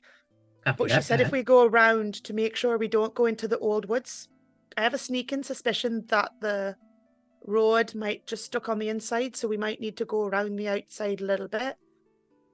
But she said not to go through Craig's Slate, so I don't know. Why is she saying not to go through Craig's Slate? She said that everyone who goes there dies. She says that like so matter-of-factly, in a way that you're like, that if it was a child who said it like that, you'd all be like, well, that's weird. Don't say that. Well, And like because a superstition or something. No. She said people who go there die. End of sentence. She actively said don't go there. How Because did she people who go there know- die. How did she know people who go to this place die if she not been to this place? If she been to this place and know the people who go there die, she returned from this place, so not everybody die. Well, she seems to know a bit of the east, so wouldn't that imply she's at least gone that way? What did she know of East? She said don't go there in the first place. That's not a thing that someone knows. That's just advice that we've been given that we are free to ignore. No, she said to be wary of the wood. She said both. Sounds like she has First said don't- experience. She first said don't go there, and then after I was nice, she sort of leaves the word nice hanging in the air for just a split second too long. Just like she said that like if we're gonna go, don't go into the old woods and don't go to Craigsley. So we go through the swamp. It's quicker. I'm It's up to happy you. I'm happy to go through swamp. I don't think I've ever been in a swamp before. I'm a little bit excited about the experience. Oh, I've never been either. Above ground swamp. Well, swamps are what? All that's said in books is that swamps are like mud and wet, so that may slow us down. But she said it was a day shorter travel. Swamp's different to marshes. But how bad can it be? From Rowan's understanding of the local, like, I mean, I know it's not the local area for her, but there'd be swamps and stuff around Riverview, I would assume, because it's Lakeland type area. Please give us a random science thing so that I can get bingo. A random Is that what all thing? you're trying? Is that all I've- you want? I've That's all been- I've I've got- been- that's all I've got left, yeah. I've been checking on here. So technically, the difference between a swamp and a marsh is that swamps usually have deeper standing water and are wet for longer portions of the year. That is the difference between a swamp and a marsh. But marshes often have waterlogged soil that support plant life, so they're often got more plants in them too. Anyway, now that I've given you your bingo for the evening, Now I'm looking at the bingo card and I'm not sure how you've got bingo. Anyway, let's not worry about that. Well, Probably we've got what the information we were able to get. Do we go back to the inn and then just leave in the morning? Or do we leave now? Or do we need supplies? I think What would I know about bug repellents other than Kate fact that the smell of smoke is something that is a natural bug repellent because they don't like thinking they're going to be on fire. There's your other science fact for the evening. You could make a nature or survival check to see if Rowan's got any kind of understanding around that stuff. Oh goody. Sure. Why Can not? Tiernan also do one? Thinking about Let's do what survival. Well, I mean, the only reason I would question that, John, is that you Book smart seem to more be than anything unsure else. about what a swamp even is. he's read about it. Yeah, but yeah. It's like a So- marsh in a swamp, but identical to him. Yeah, live too high for it to be an actual issue in your day-to-day life. yeah. Yeah, the only thing he That's- knows is that wet, muddy, and insects. That's all he can remember. I feel like Rowan's dice have finally deserted her. No? I rolled a 19 total. Oh shit! I rolled Okay. as To be well. clear, Would I you rolled like a to know what I got? 16. I rolled a 16 plus 3. So like the plus 3 Okay. helped quite a lot there, but yeah. With my +3, I got 7. So love that for you. Fucking hell! Ranger skills, man. Like Yeah. right up there. Fucking, yeah. So look, I mean, you You've would borrowed my dice, haven't you? So dumb. look. To be honest, like I don't know what kind of natural things you would do, but I mean, like Rowan might have a few ideas of ways to maybe try and, keep some bugs away. But I mean, it would all Essentially be what she wants to do is if we're going to get supplies in town to Yeah. try and stock up on things that will be bug repellent and things like that to allow people to travel more comfortably through swamp if that's what the group decides to do. Yep. That's what she wants to Yep. do. Yep. No, you should have some ideas about some stuff for sure. Great. Okay, so what are you guys doing? Now you've received some information about what lies to the east. What time It of day is- is it? It is probably mid-afternoon, sort of 3-4 o'clock. Do we grab supplies, camp at the inn, then head off in the morning, or Don't see any reason to spend any more night in town than we have to.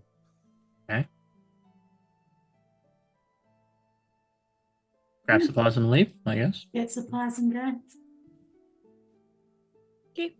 Okay. Do we need any mountaining gear for going in the mountains? Climbing What's gear? and mountain whatnot? gear? How does I one don't know, climb a mountain? I got 30 foot of heaven rope. It'll be fine. 30 feet of heaven rope. It's fine. The mountains aren't that high. 30 feet will be fine. We, I It's also be very clear, have I some also have rope. We can pittons and tie it stuff, so, together. like- So we have pitons. We can get some basic climbing gear in town. The map on map it looked like mine is in Gorge, so we probably have to be climbing down rather than climbing up to get to mine. But there will be more that we'll require after we get there and assess state of mine, which is a whole other situation. I have 50 feet of rope.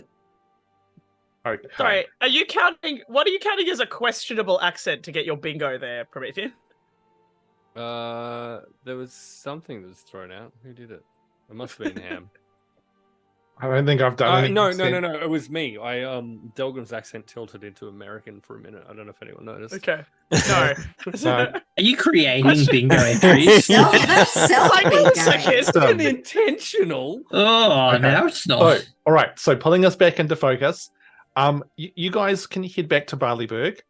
You can pick up the local store there is very well stocked with essentially any kind of gear. Again, whatever's in the player's handbook, you are able to acquire from there. So feel free to look through and work out what it is that you want to buy, and sensibly carry and deduct the required gold or money from your character sheets. How much Will would like buying citronella oil cost? Sorry? Citronella. Yeah, no, that's not gonna happen. Peppermint? Were you? They probably. These are all natural bug repellents. Just for Yeah. clarity. Couldn't you forage for that? Oh yeah, like if there's wild peppermint, I'll take that. But like, yeah. Tiernan can We- actually replicate smells, by the way.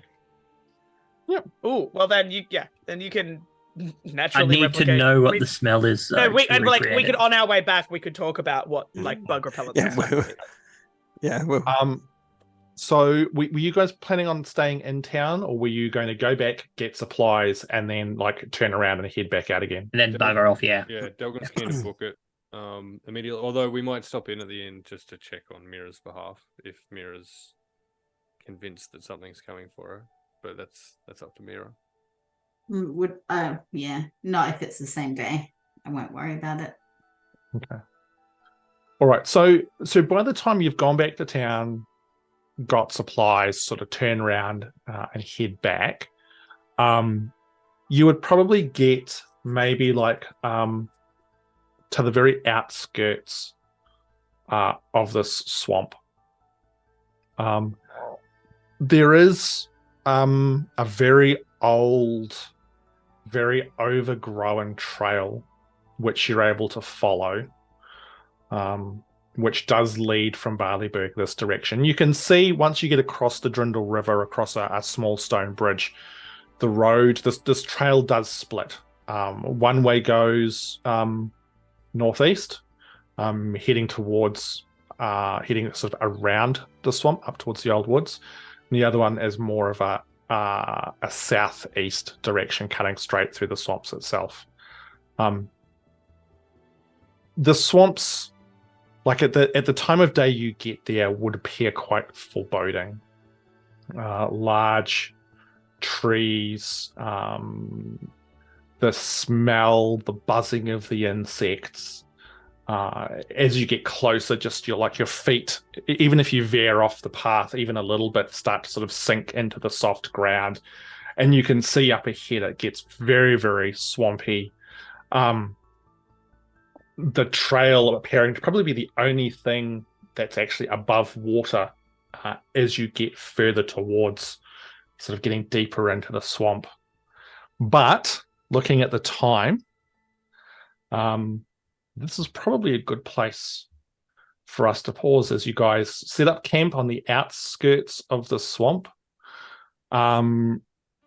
preparing to plunge into it, cut through and see what lies on the other side, and what is the story with Cragslate.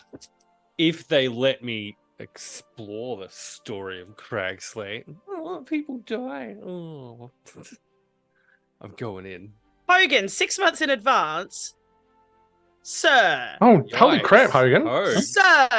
Dude, Wow. Well done. that's awesome. Thank you so much. Like, thank you, but sir. Well, welcome, Hogan. I believe it's your first Yeah, time sorry, chat. Yeah, sorry, I got distracted to something else. We're all like, yeah, man. No, Hogan's been around. Hogan looks. Everyone is First time he stunned. chat. Everyone takes disadvantage on their next trying to do things roll.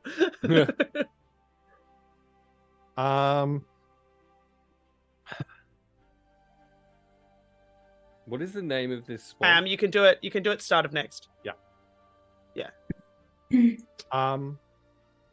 Sorry? What is the name of this swamp? Baginarin. Buganaran? Bagan? The Baganaran Swamp. The Baganaran swamp. Yeah. Okay, thank you. Cousins of the Baggins. Incredible. the Swampville Bagginses. Okay, gosh, my brain's just suddenly gone, oh, we've got to the end. Switched off. Okay, look, as always, let's just do a quick whip around of our favorite things from the session. And why is everyone's favorite thing it's fish but meat? No, I think my 100% favorite thing I think my favorite thing was Meira microdosing on Glowmoss. Oh. that was incredible. Just like, and then trying to make someone else. Oh, dude, yeah. Look, Do it I just later. wanted to share it. Yeah. She could have had not just a good cookie, that could have been like the cookie. It depends how you sell it. You Like don't you could have. drug people without their consent, Cass.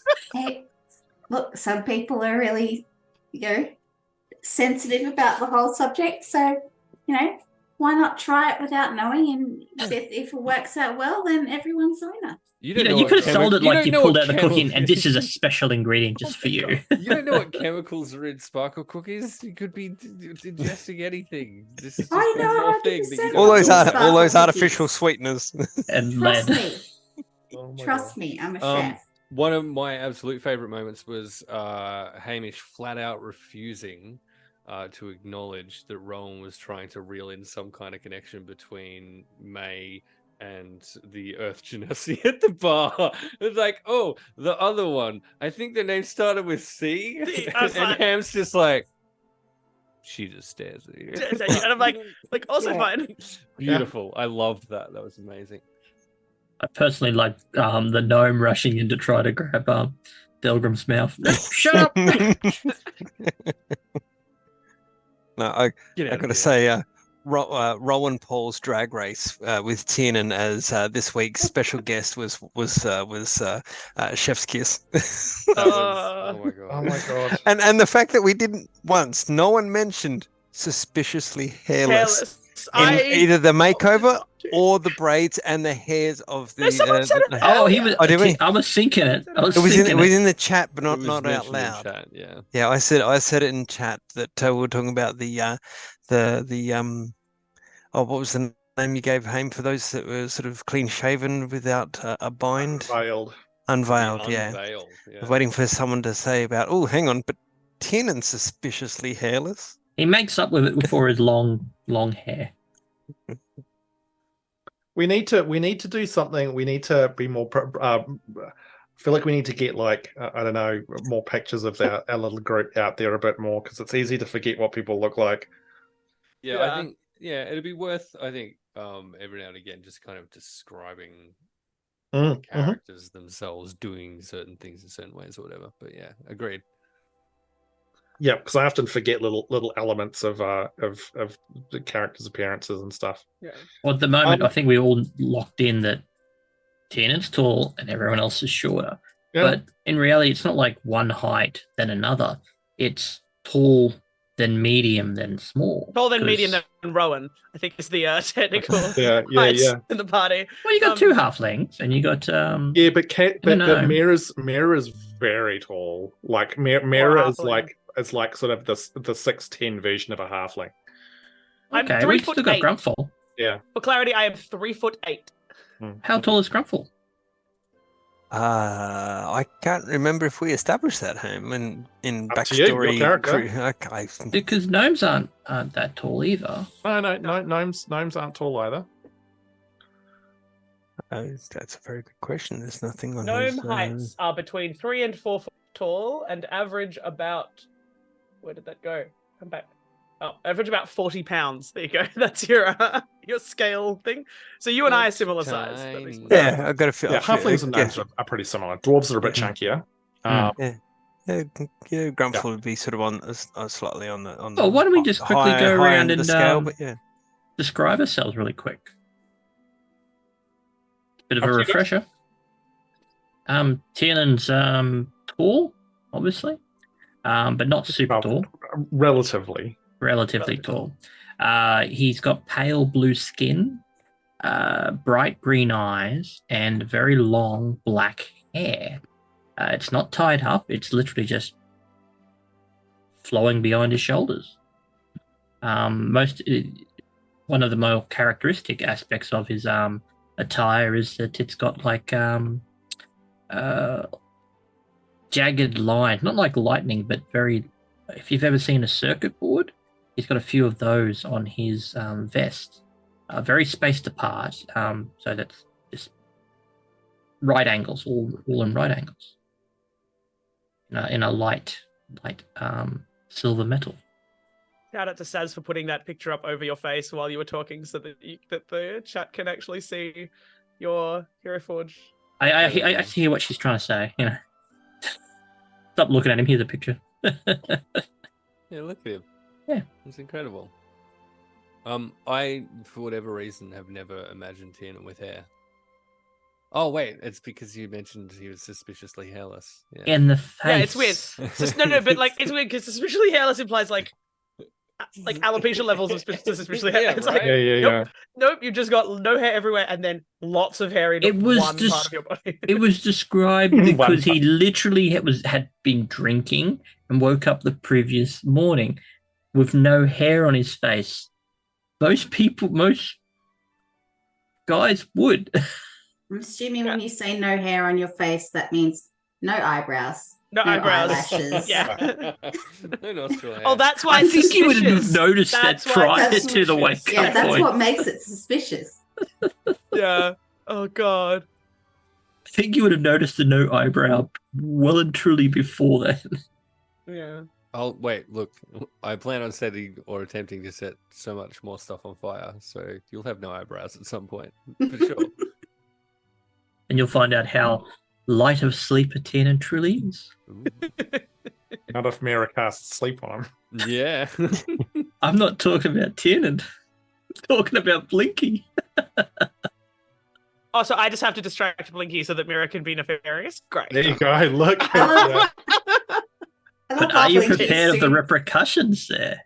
Blinky's doing also so? becoming like I didn't cast the sleep. I just party's hung out with pet. Blinky. Blinky and I are buds. We boop. I don't know where we're up to with stuff. Do we need? Does anyone else have any favorite moments they want to We're throw out? describing characters and then we just stopped after Tiernan Yeah. went off the rails. I didn't go off the rails. People started going off the rails for me. I don't know. I feel like I'm silly sinking my chair. Yeah, I'm leaving Steam. Yeah, I'm I think- losing steam too. Does anyone I else think- have any other favorite moments they wanted to throw out there?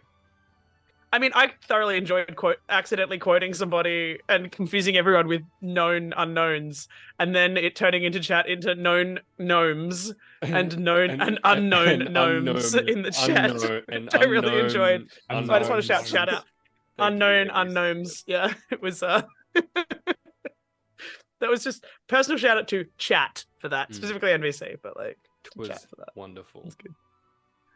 It's good.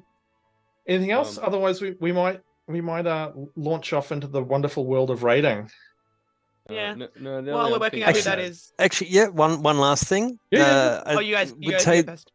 it's going to say the little delve into the deepkin Promethean with Delgrim sort of hinting on some backstory with a little with a little hook, line, and sinker towards Grumpfel about talk of last rites. That sort of made me go, oh, we're going to get backstory. No, we're not getting backstory. Damn it! We got a taste. We got like a You get a little foreshadowing, taste. a little. It's not just a little crumb. You don't want to eat all of the glow moss at once. You just That's it. That's right. You get a Ration little it out. crumb of green Just a little cookie. morsel, and you don't know whether it's goat or fish. Goatfish. go, the fish of the sea. I don't know. Goats, the fish of the sea. On that note, Can we please go raiding now? Yes. Because Oh, I completely lost yeah. all integrity Oh my with God. this. If we're whole yeah, thing. We're just before we drinking go the raiding, fish if of the anyone, land. if anyone Yeah, is in fish Melbourne, the farm. if anyone is in Melbourne, and I may or may not be at next session for reasons. I will be in Melbourne from the 29th, so TBD me for next session, which is fine, because that's life, and people have lives outside of the tiny box that we're all watching these things in. But if you happen to be in Melbourne in the first week of October, please come down to the Motley Bear House and see me be an idiot, but like in person, where you can insult me to my face or compliment me to my face and watch me be really awkward in person. Because that's a fun thing for you guys to do, and absolutely awkward as heck for me. It's my show, All the Best Roles Are Written for Men, which is feminism and statistics in musical theatre, because those three things go together really, really well. Is on during Melbourne Fringe. There's a lot of people coming on the Friday, but there's not a lot of people coming the rest of the week, so it'd be really great if I could have some people come and see the show. Please. That would be great. On the other days. On not preferably just then. the Friday. That would be wonderful. I'm on every night, Monday to Sunday, from the 2nd of October to the 8th. of October, What else? which is do you over want in PAX that weekend. time So if you're period? in there, if you're in Melbourne for PAX, you can see it then too. Yeah. What else are you doing that weekend? PAX Okay. Australia, and panels and things. Saz and I are doing Cursed D&D trivia on the Friday lunchtime-ish. I can't remember exactly what time because it's 2 o'clock, I think. That sounds right. Saz is gesticulating at me in the background. And then I am running with the idiot who decided to just make me say all of this. The most cursed panel that there will be at PAX, despite the fact that trivia is called Cursed D&D Trivia, which is Crit or Kiss the Monster Manual. Sorry, so it's I've written dating game / Tinder bios for a bunch of D&D monsters. Whoa. Hello, Mayday, Mayday, was. come in. Voices from We're losing your transmission. Like, and, close the time portal. The lovely Dragon Q who's in chat, the lovely Emily from Fate's Grip, the excellent NVCDM, and the delightful Gemma Driscoll, G of D, are all going to decide whether they would bang or not a whole bunch of D&D monsters without knowing what they are beforehand, and the audience get to vote and decide as well. So Can you please add the monster called the Slard so that it can slide into your DMs? Oh my Oh! god. Thank you and good I night. can't do it now, All right. but yeah. I can. No write- one else. I No one can't do else it now. needs to talk. Good It's night. What I time to can raid. do is Done. do it for 20. Dum-ching. Look, we just have to do Oh. a second round in 2024. We'll just have Mm. to. It'll be fine. Makes sense. But yeah, Uh, people should come Hey, back, and if you heard that as on well. this stream, you didn't, because I'm totally stealing it. I'm going to use Alan, it on stop the it! night. No compliments. No compliments, madam. All of the compliments. Don't make me. Oh dear. Good night, and thank you for all the goatfish. Yes. So long, and thank you for all the goatfish. Okay. Oh, sweet Keep Lord. it simple. So long and thanks for all the goats. It's- Yeah. Yeah. Yeah. Sorry, Where I are we don't hear the going, word Saz? goatfish when you say goatfish. No, I don't either. Who are we cool. rating? Where Are are we we going? going to Phoenix Bad. Iwaki? Bad. Yeah. Bad. Have to So we're going to head go. over to Phoenix Iwaki. Jump into their stream. Yeah, Hmm? they're doing some Fandelva things. So let's head over there. Whilst We'll my be back 2 weeks. Yep. in a fortnight. Yes. Awesome. We're And going. on the 27th, Ham and I will be doing a behind the scenes chat on a Wednesday Yeah. night. Hey, thank you very much, everyone, for hanging out with us. You rock. We really appreciate you. You do. Like, you genuinely do.